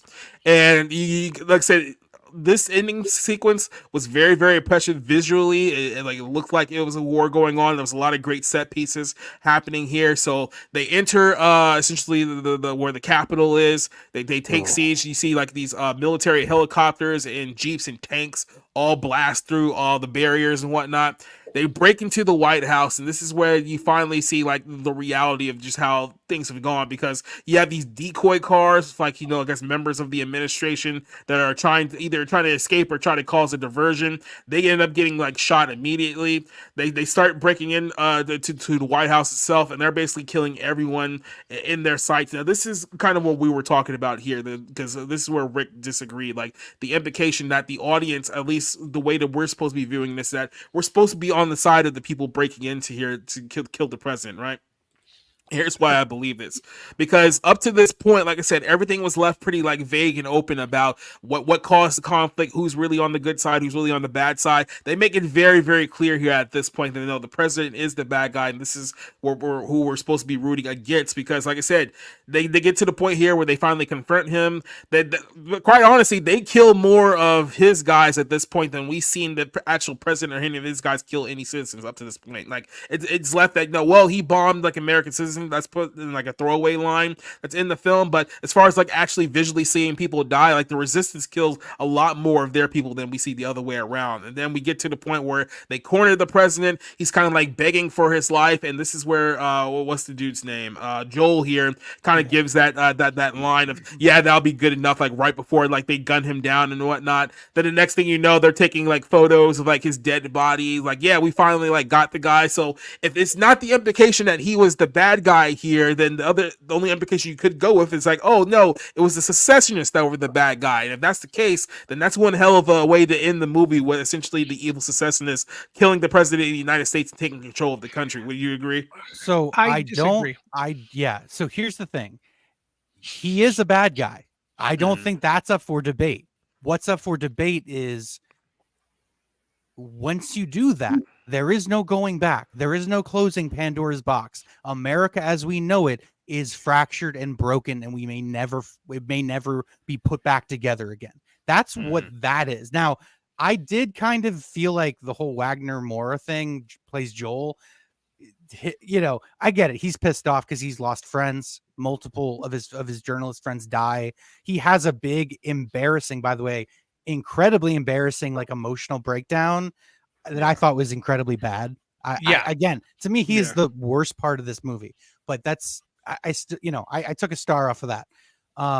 So, and him making like a comment, that's almost like you're stepping into the thing that journalists aren't supposed, you're there to shoot. You're not there to be a part of the story, So, and I know he's not in the shot or anything, but it just felt too personal. And if you're like, you pride yourself on journalistic ethics, which this movie kind of does. Alex Garland's father was a political cartoonist, I think. So he has this connection to journalism and he believes in it, etc.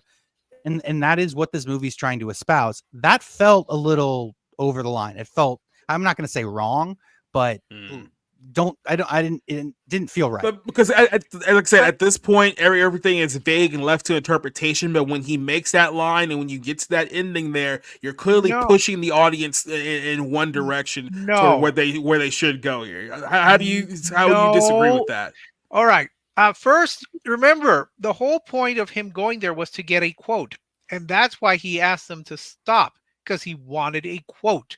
It didn't really matter. And then you looked at the way that he said that. He was like, yeah, I got my quote, now finish him off. That's exactly the emotion that was being portrayed because there. Because of that point, he just lost a couple of his friends there due to his war. He's clearly blaming the president for the war that ended up losing his friends. So, well, it could be.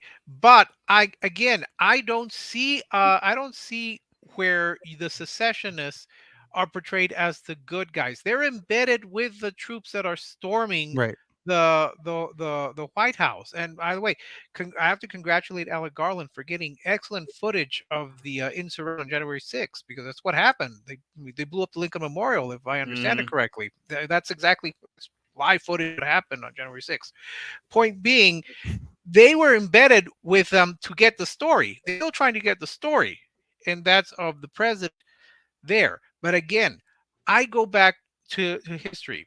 I go back to when there were people taking pictures of Allende. There's a famous picture of Allende, Salvador Allende, Marxist president of Chile, as the bombs are falling all over the presidential palace. He's there with his little helmet and his little AK-47, which was a gift from Fidel Castro. So the reporters, I can't say that the reporters there were taking Allende's side or Pinochet's side.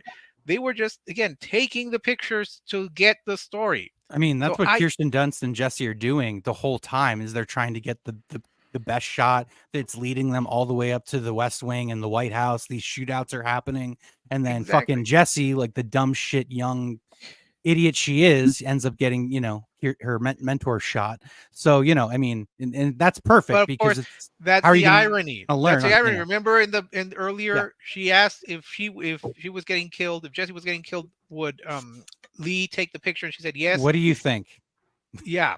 And then note that when Sam, the older character, when he dies, she takes a picture and she deletes it. So we're getting these little moments where we see Lee's evolution into maybe, I can't be as neutral as I want to be, but Jesse, as the up-and-comer, she's willing to take the shots. Granted, it just came out of nowhere. Those mirrored shots, the one of the soldier in the beginning when they're covering they're supposed to be the Bugaloo boys with the Hawaiian shirts, who are fighting with the army. And then, that guy being shot, the snapshots of before and then as he's getting shot and then right after. And then the same thing happened with Kirsten Dunst at the end of the movie. So, this is what I mean. There's so much shit in this movie that's creative, that's interesting, that's different than 90% of what gets released every year. This is what I mean. This can be a flawed movie, and it's still so much better than almost all of the shit we get year after year, at least recently. So, this is why I like going to this movie, seeing it again. It's exciting to talk about all these things because we don't get a lot of this kind of stuff. I just don't see how you came to the conclusion that this was a pro-secessionist movie. Because I watched the movie. Yeah, I saw the movie too, Jacob. I saw the movie too, and I did not get that impression. Again, maybe this is the same mindset of people who think that this is an anti-Trump movie and they want to see Trump's corpse lying there because he's such a, he's worse than Hitler. But see, that it wasn't that kind of movie. It wasn't a bloodlust movie, and it takes more thought instead of just like, hey, the secessionists, we're Here's- supposed to be But with then them. you also have to Here's what I'll say, remember. hold I on. also have to remember that Washington has fallen already. It was 1812, 1813. Yeah. We forget that the British actually burned the White House down, and that the First Lady barely escaped.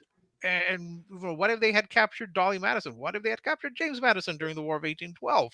Those were the thoughts that were running through my head. Allende and Madison, they were not going on about taking sides.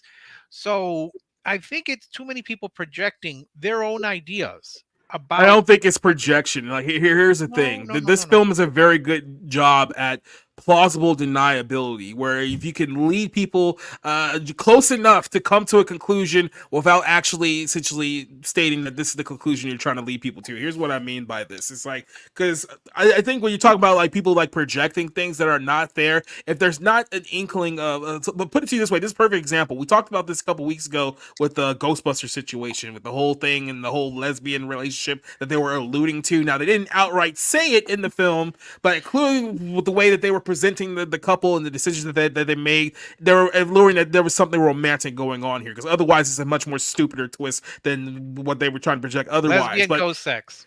But if you can go to like plausible deniability here, yeah, there's one more. And then if you go to kind of plausible deniability, you can say that, oh, well, this is not what we actually meant. But let's be honest here. This is a film about a fascist authoritarian dictator who's the president of the United States, who just so happens to, I guess, rig something to give himself a third term. And people are going crazy all around the country. And then, of course, it's the most dangerous people in the royal eras of this country, which are all portrayed as white guys with guns shooting people who are, let's be honest, most of them are brown people getting shot here. And then the climax here is that the resistance comes in to take out the president of the United States and his administration towards the end. Now, you can sit there and say that people are projecting things. All I'm saying is that you can easily make that conclusion based on what you saw throughout the course of this film, that this is exactly what they're projecting. However, they can also say that, well, that's not outright what we're saying here, right? So it's like, yeah, you can say that outright that's not the what they were portraying here, but you can definitely say that there was breadcrumbs along that way. So,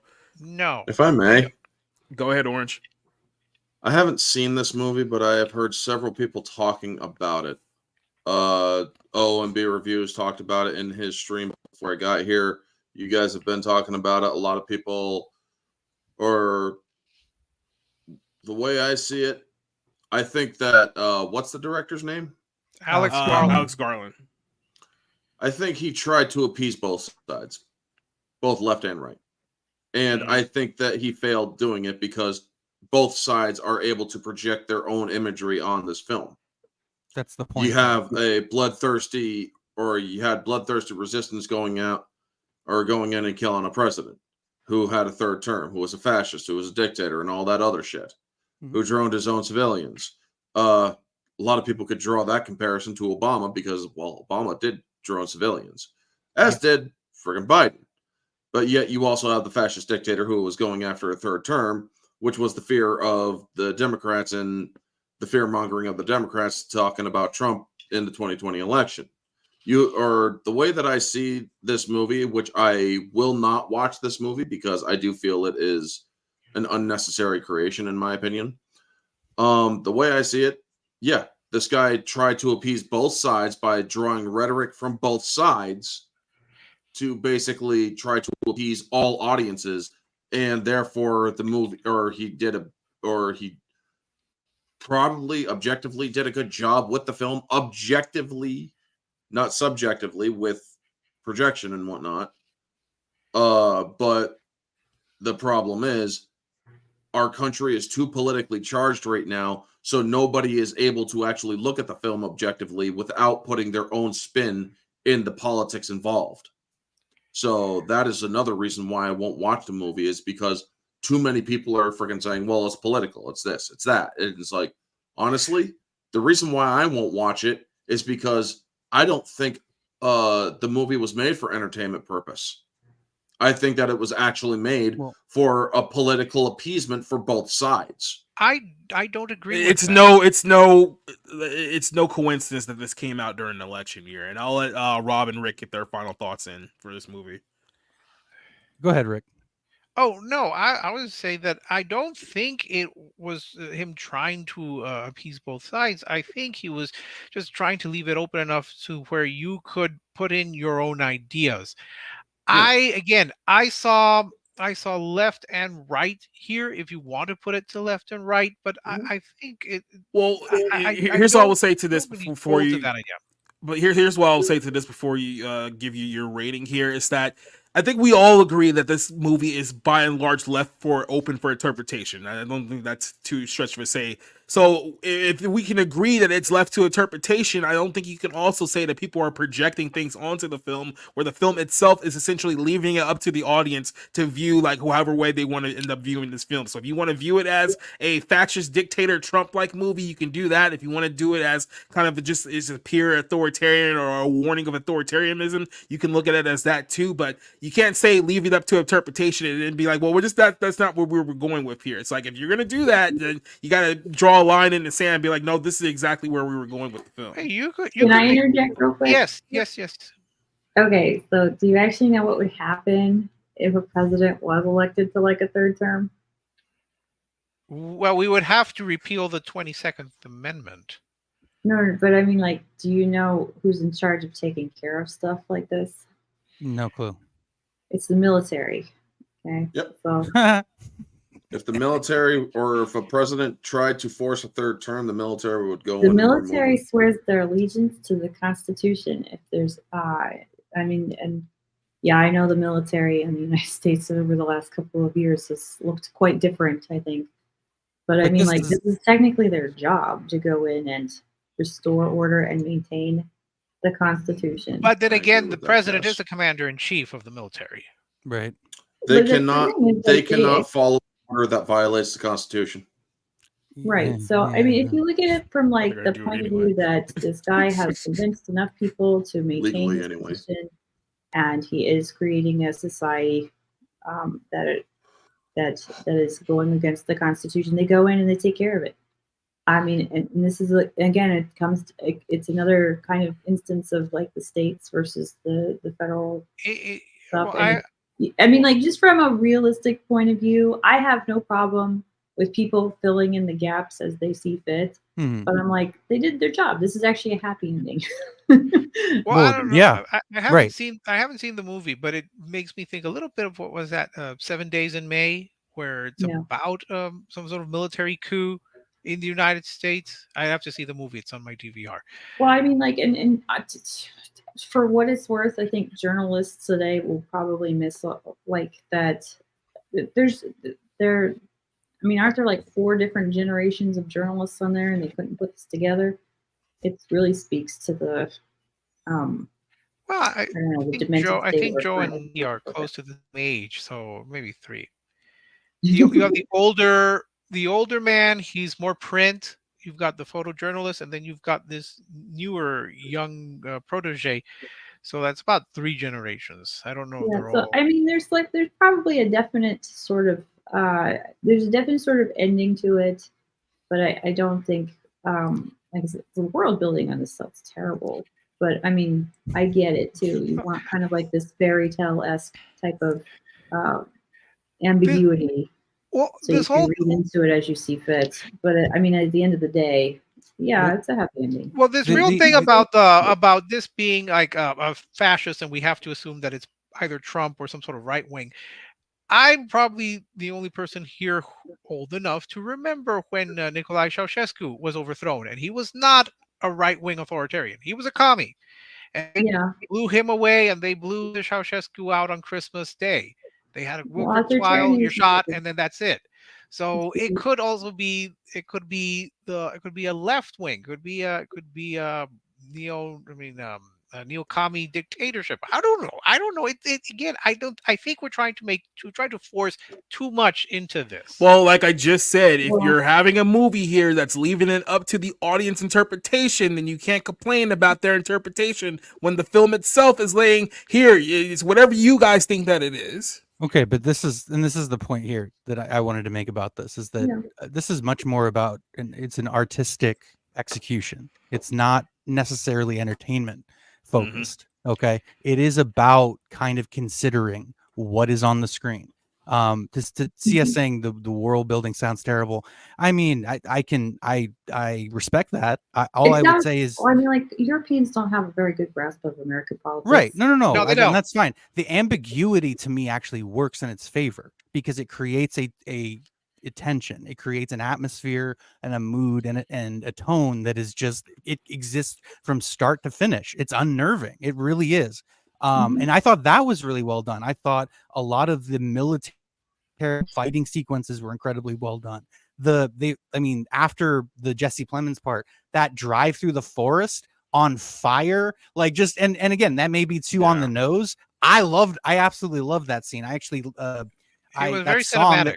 that was playing by Sturgill Simpson, I listened to that. I kept playing it over and over today. So there's a lot about the movie I really like that I think it does really well. And I don't think that Jacob is out of bounds with his view that it's kind of muddled. It's supposed to be. It's supposed to be muddled. It's supposed to be a bit foggy. It's supposed to be.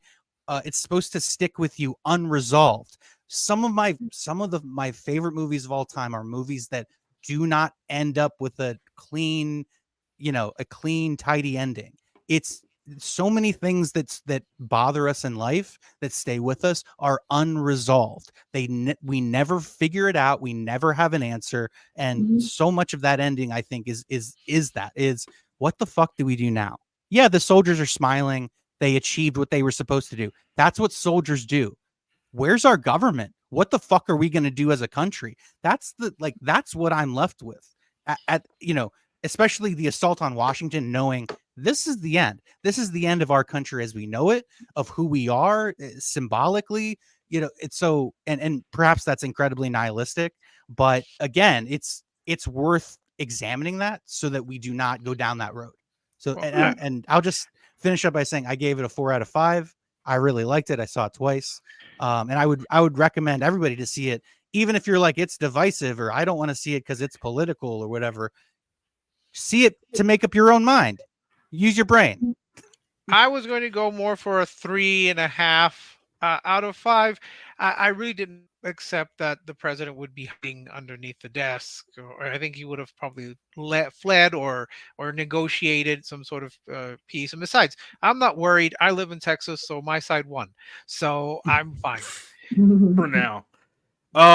I went lower than you guys. I went 2.5 out of 5. And here's my thing: this certainly is not a bad movie. I'm not going to say that this is like we've seen too many bad movies for me to go even lower than that. But at the same time, I'm more of a details type of person, and for me, in order to buy into, I guess, this world that this film is trying to create, I need more clear details of how we got to this point. And I feel like the film dropped the ball on some of that. So if you're probably more of my mindset, you're thinking to yourself, okay, like I said, why are these states going together? Who caused this conflict? What was the jump off point? Because I don't know, maybe you could think of something that's like, okay, well, the Western forces were coming together and he saw them as a threat, so that he drone strike them. And then when he drone strike them, it's like that's when everyone turned against them and they saw him as the dictator that he was. And there was a shift period there. But that's just me essentially like filling in details to the story that wasn't explained here in the film, right? And you need a little bit more of those details for me to fully buy into the story. Like I said, not a bad movie. There's definitely a lot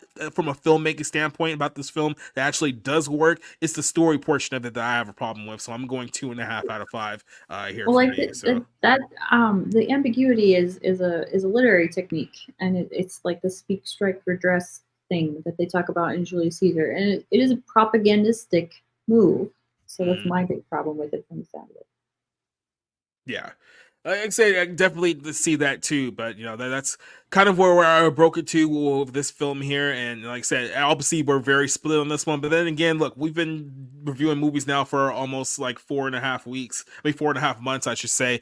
And there hasn't been a whole lot of films that we've had this kind of debate and discussion about so far this year. So Civil War is in fact doing something, whether I don't completely endorse all of the movie or not. It's definitely doing something that other films simply aren't doing right now. And I don't know if we're going to get another film like this for quite a while as 2024 progresses. And it's better than Argyle. Well, like I said, it's a very, very low bar. And I'll just say, I will say, maybe I'll consider watching this if Alan Ritchson says that I should. Jesus. I like to I like to champion movies like this, no matter what their flaws might be, just because this is why people make movies, to be creative, to be audacious, to have big ideas and to see them executed. And like this is the kind of thing I absolutely love. And it has issues, it has flaws, certainly, but it's cool. It was very cool to see this work itself out on the big screen by somebody who believes in movie making, who believes in the artistic world of filmmaking. Yeah, so people who are watching, if you're on the X, Twitter, or even YouTube, note that Robert tends to be a little harsher about things than I do. So if he's super enthusiastic about something, it's for a reason. So it takes a lot to get. Hey, look, we spent a lot of time talking about that movie, but we didn't really hit about the biggest part of this entire film. The girl who plays Jessie, right? The young girl. Like, I'm not sure if you guys saw her butt in this movie, but her butt.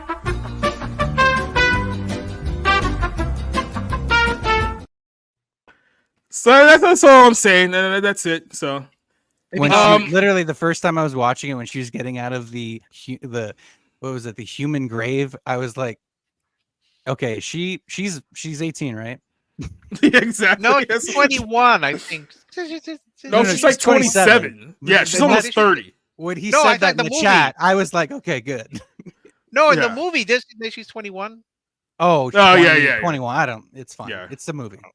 She's supposed to be college age or like something like that. So yeah. Let's go on and kind of wrap this up with a closer. I didn't expect that one to go as long as we did, but it was actually good to get some good discussion on that one. So I want to wrap things up really quick with the Christy Carlson-Romano story. This is kind of playing up to something that we talked about here a couple of weeks ago with the whole Dan Schneider documentary that got posted a while back ago.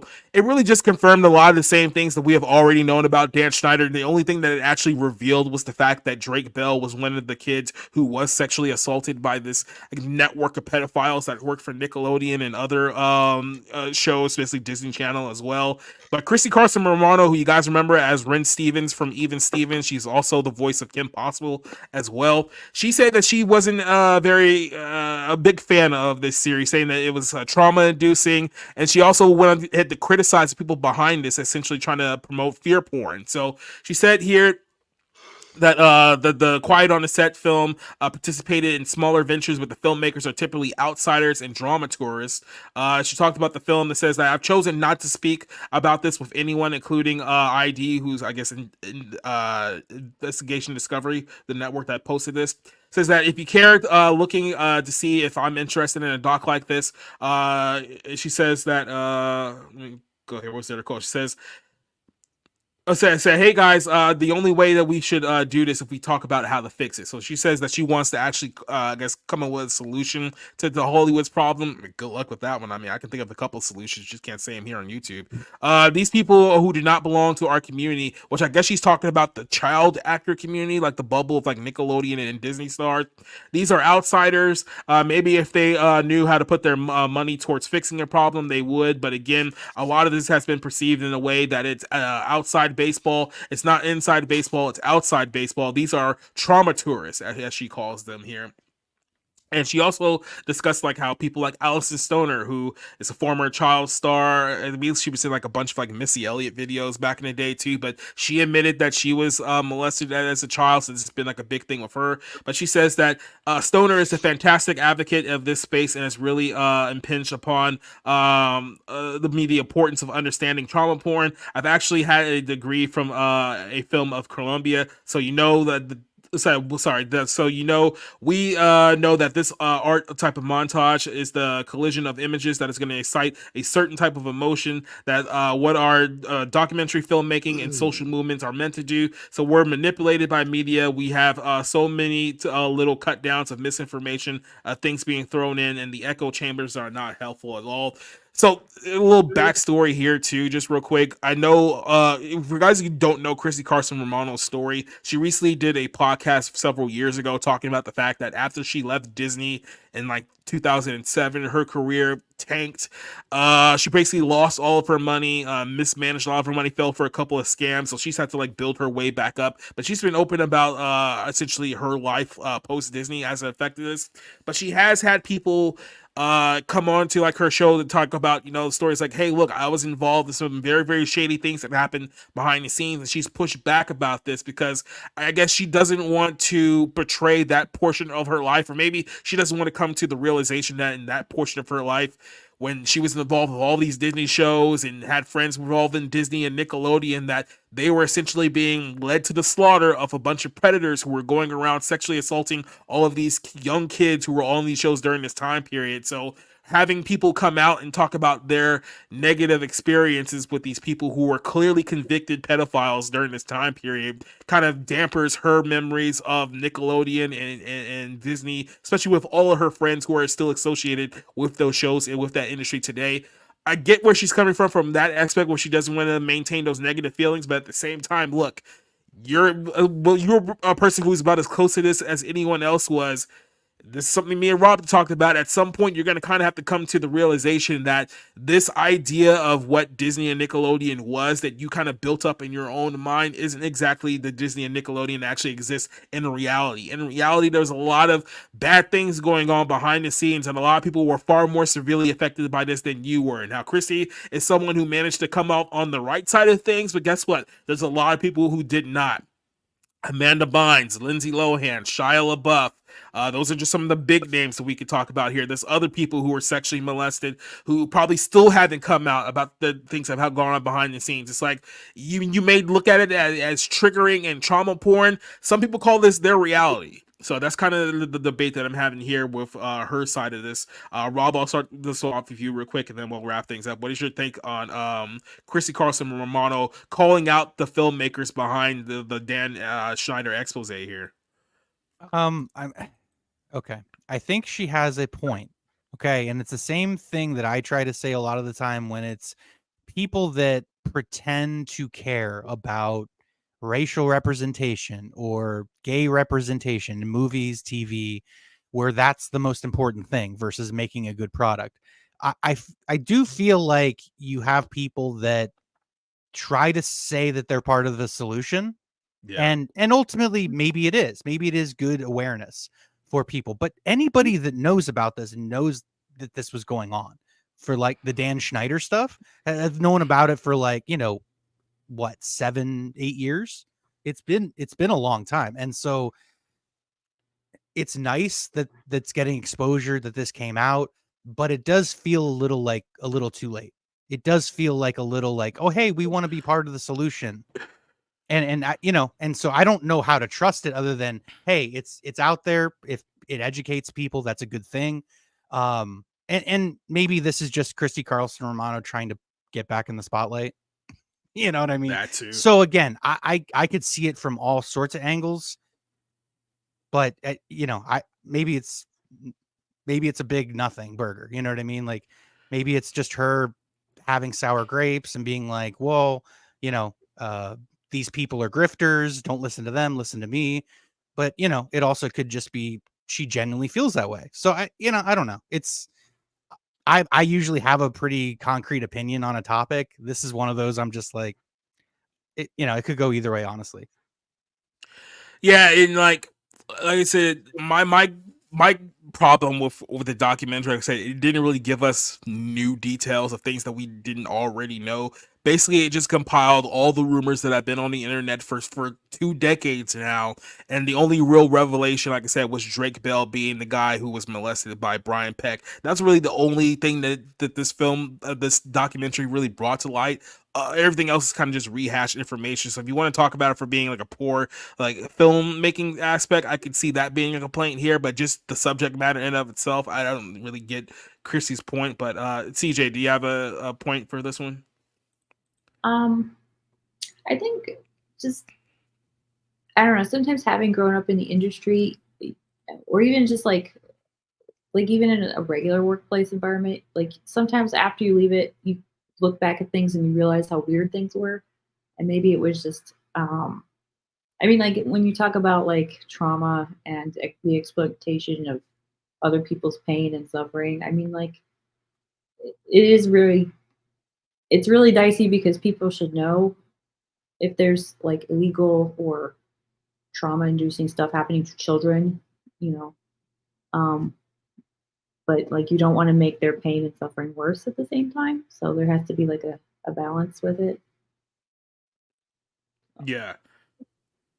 Like I said, the allegations regarding Schneider and Peck and a lot of these other guys, it goes way farther back than just 10 years ago. Like people were quite literally making these allegations going all the way back, as far as I know, to like 2006, 2007, and you have to feel like those rumors were around even before that. Like people were talking about this ever since, I believe, Jamie Lynn Spears got pregnant, and people were making the allegations then that, hey, maybe something was going on here, that, you know, somebody else got her pregnant that wasn't her 16-year-old boyfriend. Let's just put it that way.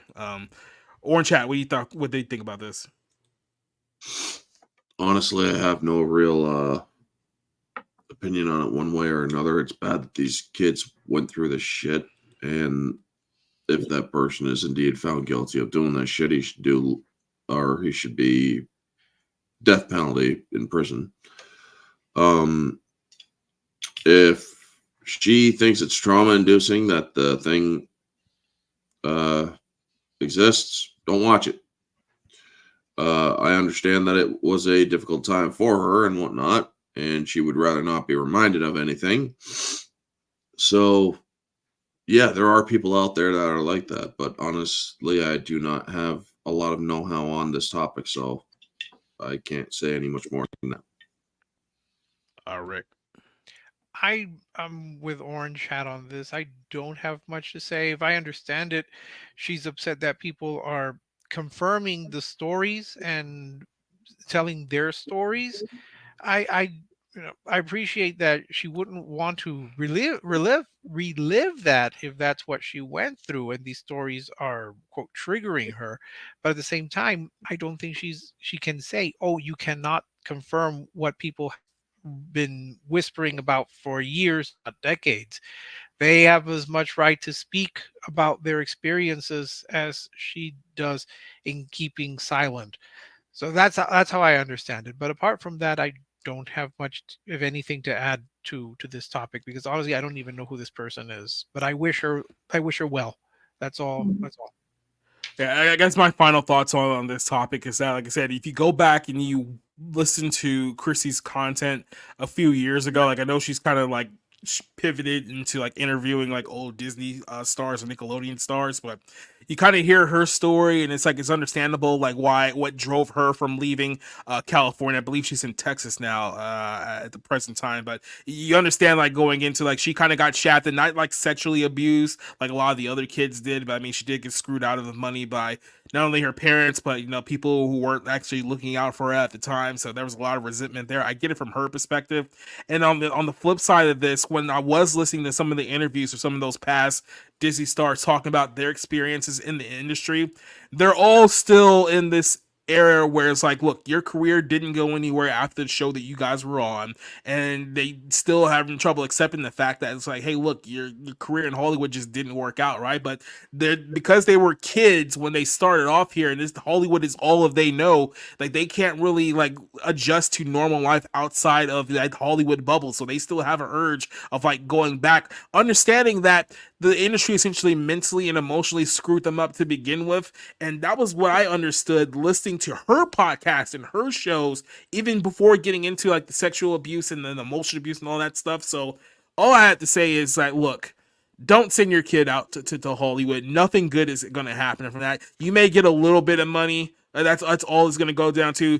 These kids are like 20 years removed from when their shows were on the air, and they still emotionally have not recovered from it. Like Chrissy's turning like 40 this year. Like she's going to be 40 years old. Her show Even Stevens went off the air in 2003, and she still has not mentally recovered from what she did to her. Keep in mind, she's one of the kids who technically got off easy compared to some of the other people who are involved there. It's like Amanda Bynes, I don't even know if she's like even like mentally there anymore, and you can only imagine the stuff that happened to her during that time period. I mean, look what's happened to girls like Lindsay Lohan. Shia LaBeouf is an absolute mess. Like all those people in that circle, none of them turned out great. So you know what's messed up is if you really go back, the whole child star thing. I mean, what, Andy Griffith?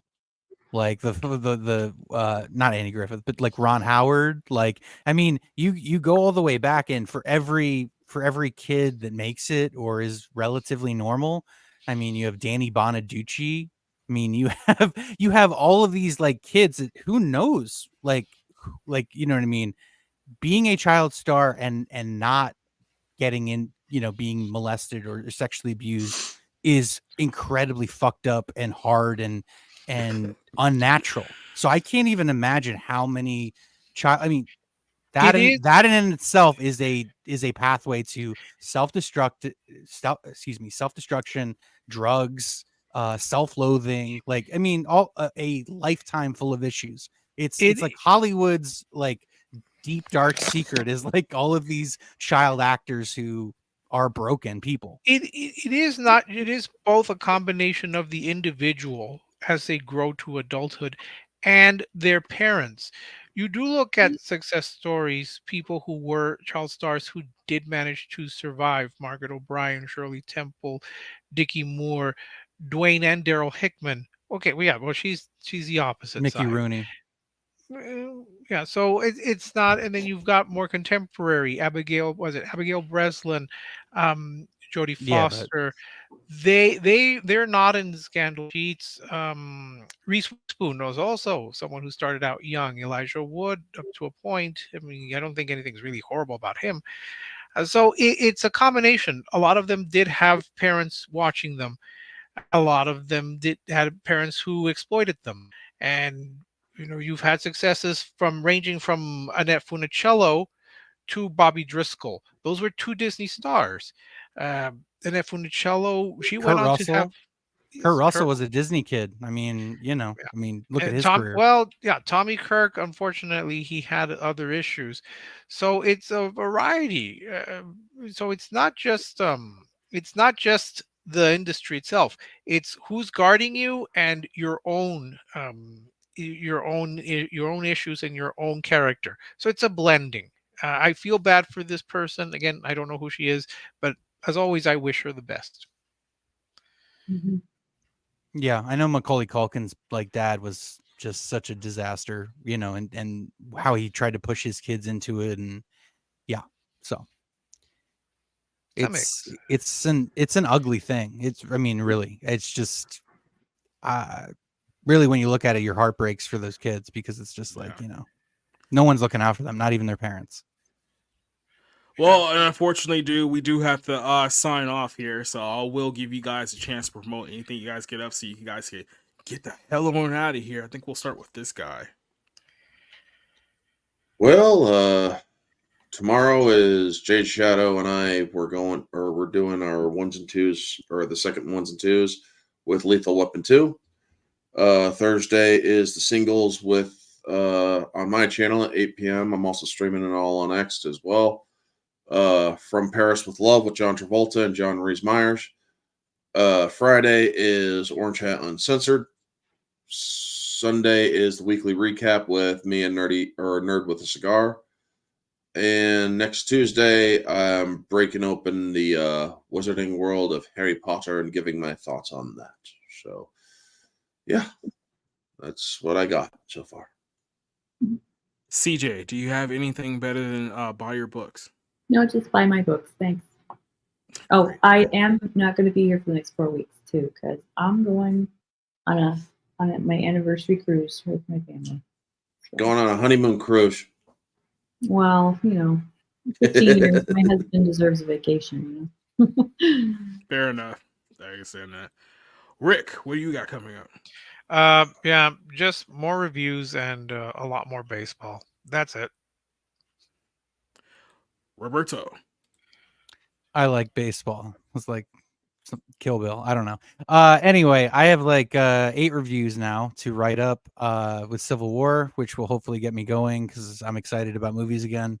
Only to be disappointed by Guy Ritchie's next offering. So, but yeah, I'm gonna go see Guy Ritchie's new movie Thursday after work. So looking forward to that and talking about it on Friday night. I think we're doing that. Yep. So looking forward to that, and yep, just gonna try to get my reviews out. I started a new job, so hopefully I can get back to you know, my creative endeavors here. But yeah, just follow my Twitter. I'll announce what I have coming out there, and as always, just whatever movies I'm watching, currently. So, yep, go there. Bye. All right, letting you guys know what I got coming up here. So yeah, Friday we will be back for the Friday Night Movie Club. There's 3 movies that we're going to be talking about tomorrow. The Ministry of Ungentlemanly Warfare, which I actually did see on Saturday, so got a little bit of insight on that film. So we got that one coming up. Abigail's been a movie we'll talk about as well. I believe Rebel Moon Part 2 is a film we'll talk about on Friday night. So that's all happening on Friday at 10 p.m. This coming Sunday. Well, actually, yeah, this Saturday, I'm going to be recording the Bible Lens with me and Technical Workway Productions, because we're going to be tackling on the issue of occultism and Satanism in WWE and other professional wrestling. So we're going to record that show on Saturday. It's going to premiere on Sunday. So that's one that I'm looking forward to, because that's something that we've been meaning to talk about for a while that we haven't talked about. So Sunday at 7 p.m. when that's going to debut, and then we'll be back here episode 96 as well. You want to see me on some other shows? Tomorrow night we're going to be on the 01 podcast with Spencer, Josh, and Cider. We're going to be talking about some of the big stories of this week as well, and then maybe Saturday, depending on how things go, I might be on MSK's channel as well. So thank you very much for joining us all here tonight, guys. Neozoic, I want to give a shout out to you. Give a shout out to Vanya, Francis, Rooftop Korean, Dylan, Maurice, Vanya, DK, Tactus, Alex, Don't Let Him Burn, Double Fett, Dante, JEC, and literally everyone else who joined us tonight. Cassie, who joined us here tonight, Spencer, everyone. Thank you guys for joining us for another Tuesday night. I hope to see you either Friday night or on Sunday night, or back again next Tuesday for the next episode of the Barroom Podcast. But we're out of here. We're gone. Goodbye. Now we can hit the outro. You guys can leave. Adios. Get out. Leave already. It's over. Go home. Get the hell out! Get out! Get out! Get out! Okay. Get out! Get out! You get the hell out!